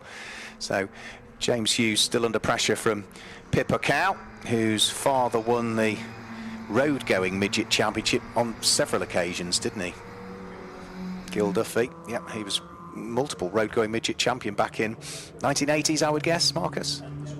Yeah, and the sponsor of it, was he? Right, okay. I remember Halford sponsoring, yeah.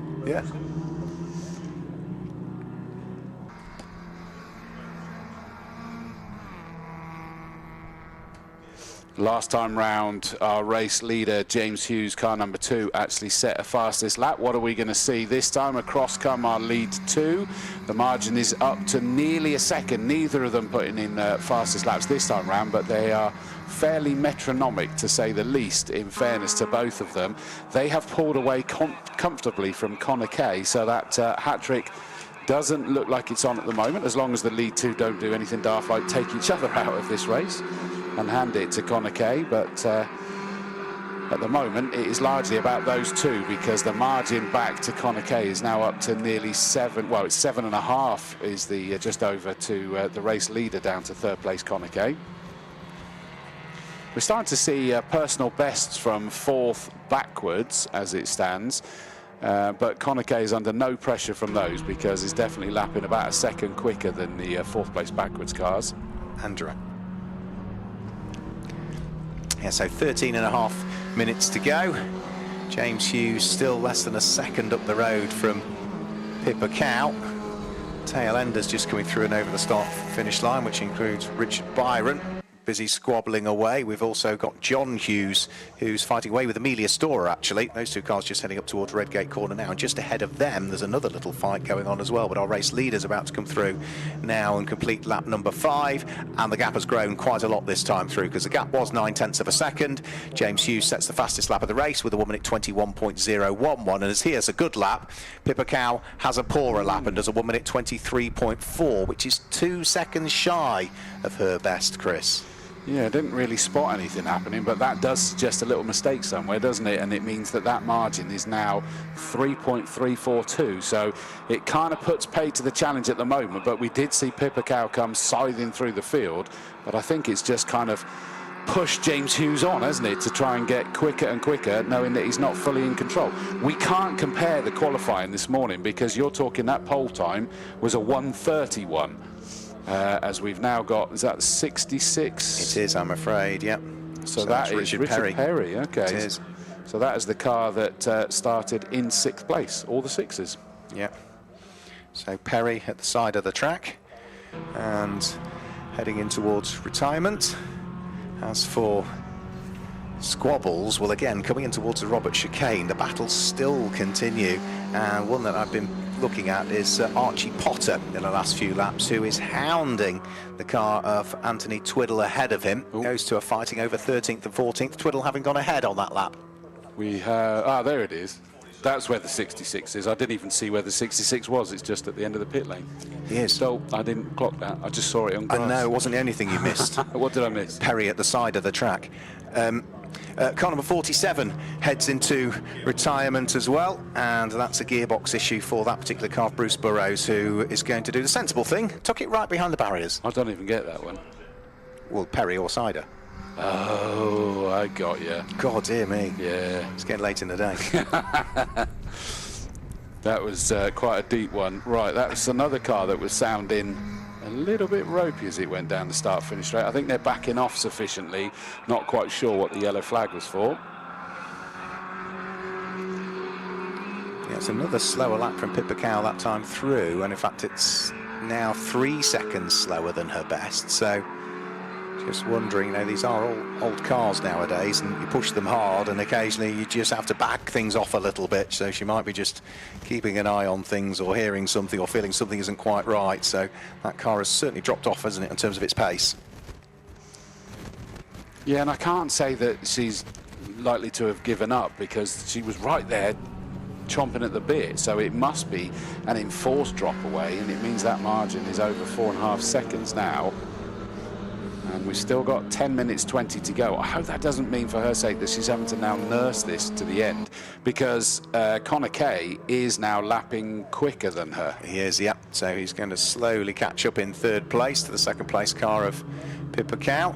They come over the start-finish line, and all of a sudden Connor Kay has a poorer lap that time through as well. So the gap between first and second is very similar to the gap between second and third. So it's 6.6 seconds from first to second. It's 6.0 from second to third, and then the gap back to fourth is a colossal 15 seconds. As for your class leaders then, just to pick up on the class leaders, leading the race overall in Class E is James Hughes.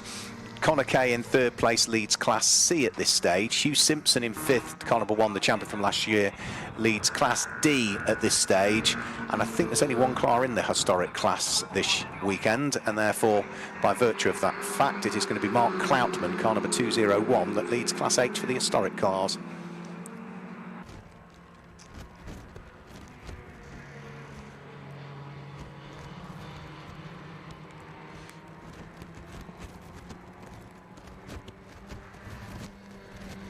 Just had to double check there, because yeah, it's just a typo. I was looking at the bulletin board and we suddenly had Lackford Engineering Midget and Sprite Challenge Race 7 classification. Right. Yeah. And I was like, oh, sure. And that's no, that's the Morgans. That's the Morgan classification. So that was my confusion for a second then. One thing you ought to try and do is keep an eye on car number, I think it's car number 76, which is James Kerr. No, it can't be car number 76, James Kerr. Who would it be? It would be car number 2, actually. Yeah, it must be number 2. It must be the race leader, cocking a wheel through some of the corners all of the time. It's just the inside front wheel that continually cocks as it goes through. So over the start-finish line, there is Barney Collinson putting pressure onto Hugh Simpson. Barney Collinson's got the inside line as they head up towards Redgate Corner and can't squeeze his way through. So that's the car that runs second in Class C, trying to get through and ahead of the Class D leading car.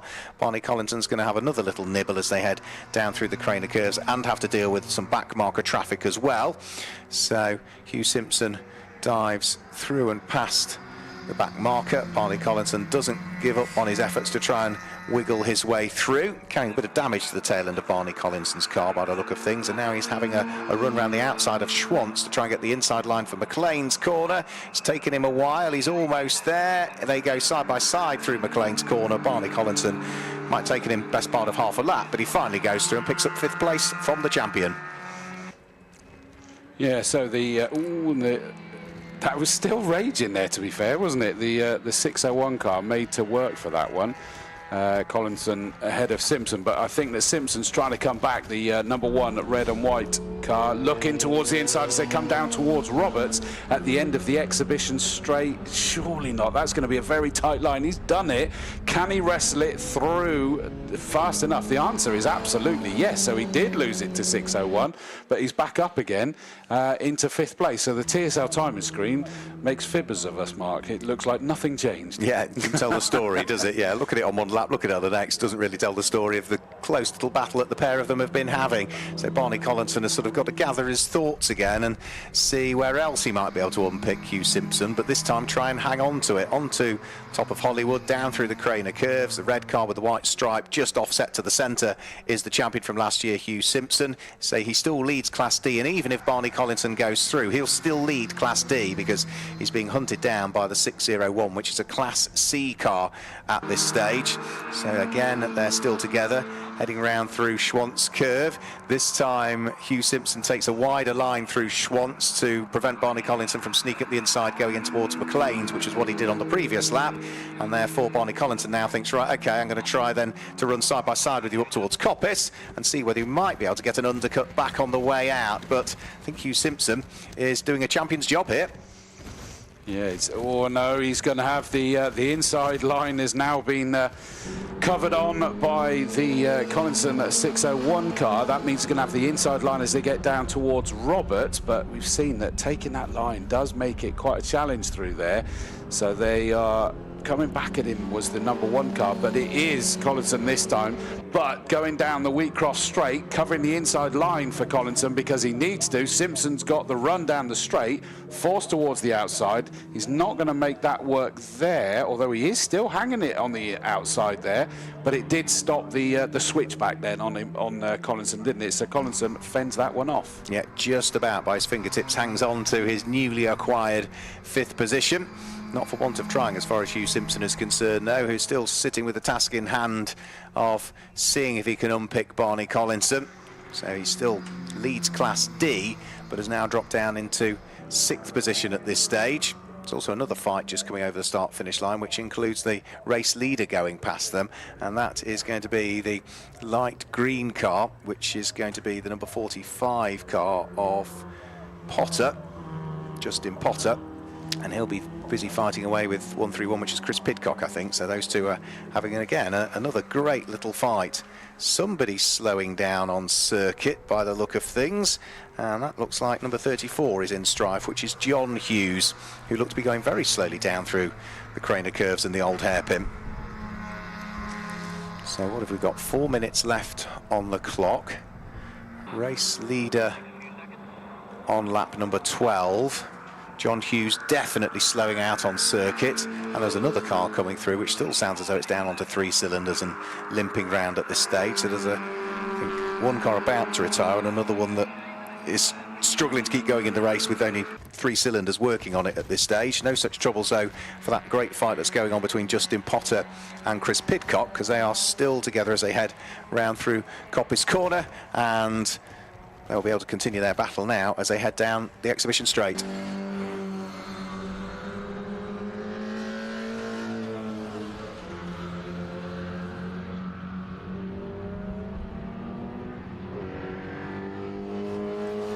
So over the start-finish line comes that little fight that I was talking about, and again, all of a sudden, extra momentum for Chris Pidcock, who's closing back up onto the coattails of Justin Potter, and he's looking for the inside line as I went towards Redgate Corner. I think he might make it through, actually. They've both been lapped by the race leader now, James Hughes, who for the 13th time is just working his way down through the Craner curves, and again has a little bit of traffic to deal with, which will be Mark Cloutman's historic class car.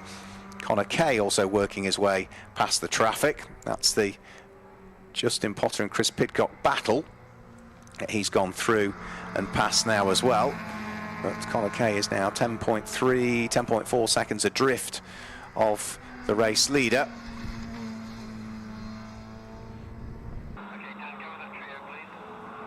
Sorry, Connor Kay is, I should say, 9 seconds adrift of Pippa Cow, who is 10 seconds adrift of the race leader. So those remain as the top 3. We did have a couple of place changes though, because number 23, Jason Meredith, lost 2 places, And again, smoke and 3 cylinders for car number 150, which ended up qualifying out of session. Mark McDonald's had a troubled day, his car limping as it comes over the start-finish line. James Hughes, race leader. That is now 13 laps completed, 2 to go. So he's on to his penultimate lap of the race, with just 2 minutes left on the clock as he came over the start-finish line. It takes him 1 minute and 22 seconds to do a lap. So he is on course to potentially scoop up a race victory. James Hughes last year did not have an overall race win. He had plenty of second places. He had plenty of class wins. Class wins he took 2, 4, 6, 7 over the year.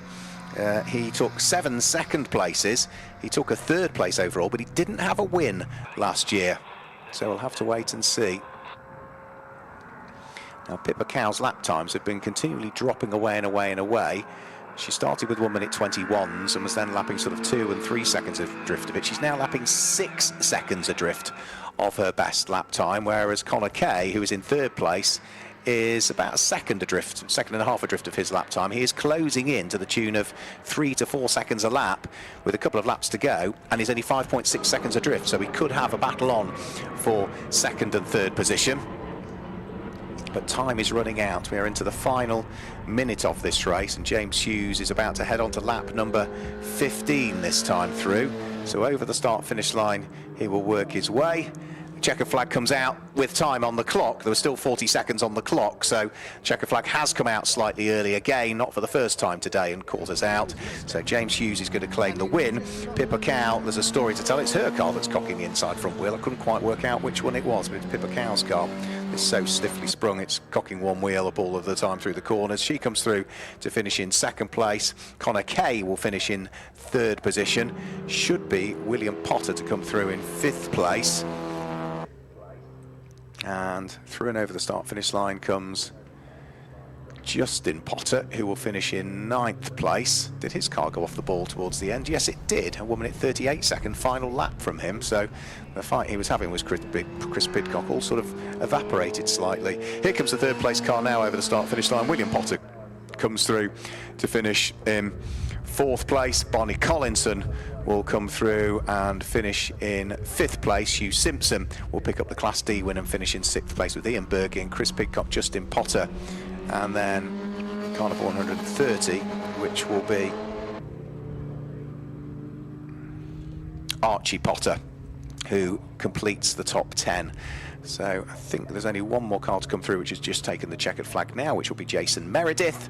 And I think that is everybody through now. So we can rattle through some results, and then we can hand you downstairs to Chris Dawes, who will interview our final batch of drivers for today, and also will wrap up not just our circuit commentary here, but also, if you're watching the live stream, wrap up our live stream commentary for the day. But we'll do it all again tomorrow, and of course I think we're bringing you that Alpha Lexus Law Firm Jaguar Championship race live as well. We'll certainly, if you're here at the circuit, be bringing you it on commentary, and I think our camera crew are going to get up early and allow us to stream it as well. The sun definitely setting over Donington Park as we head from Greenwich Mean Time to British summertime tomorrow, so might lose an hour of sleep, but we'll get an extra hour's daylight from now on.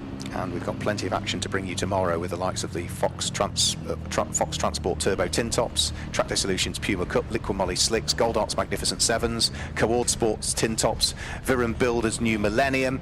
We'll have further races from the Lackford Engineering Midget and Sprite Challenge, and of course 2 races now for the Alpha Lexus Law Firm Jaguar Championship. So there's lots to look forward to tomorrow, and just wait for our front runners to come down and get ready to chat to Chris Dawes.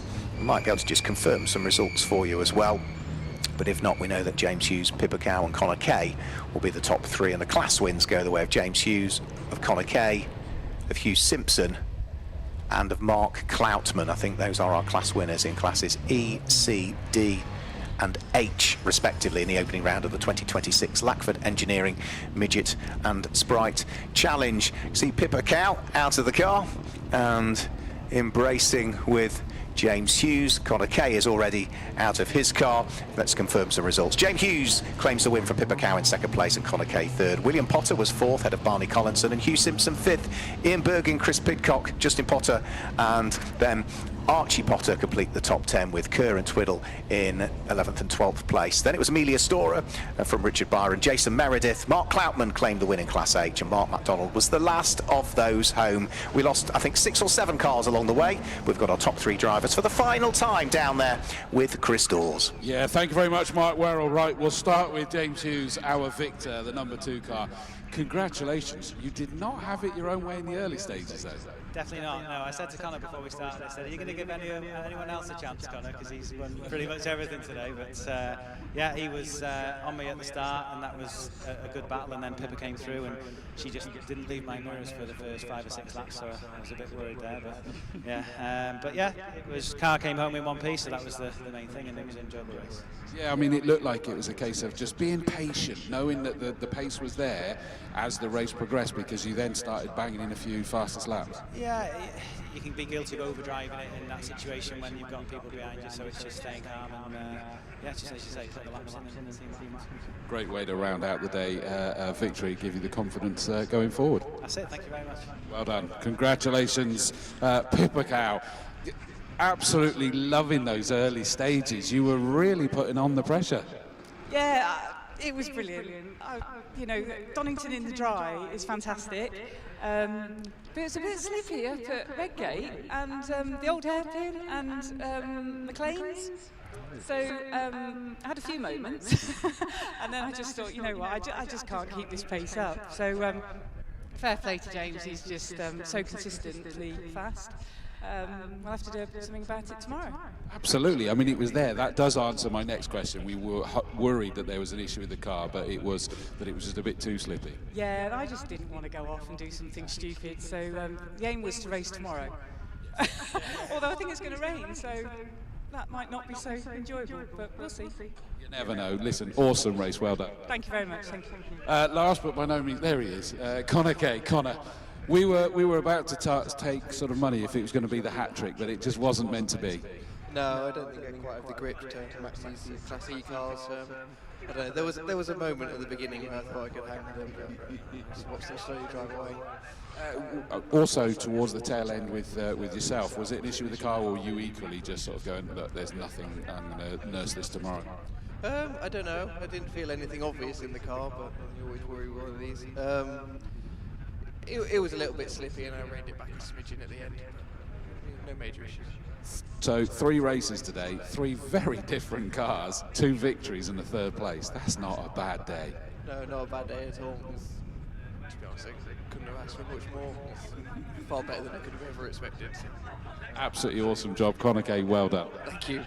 So there you go. I mean, what a performance there by all of them. Connor with that, not quite getting his hat trick, but 2 wins and a 3rd place in very different cars. Incredible stuff, which kind of sums up today. It may have been cold, it may have been wet at times and blustery, but it has been a phenomenal day.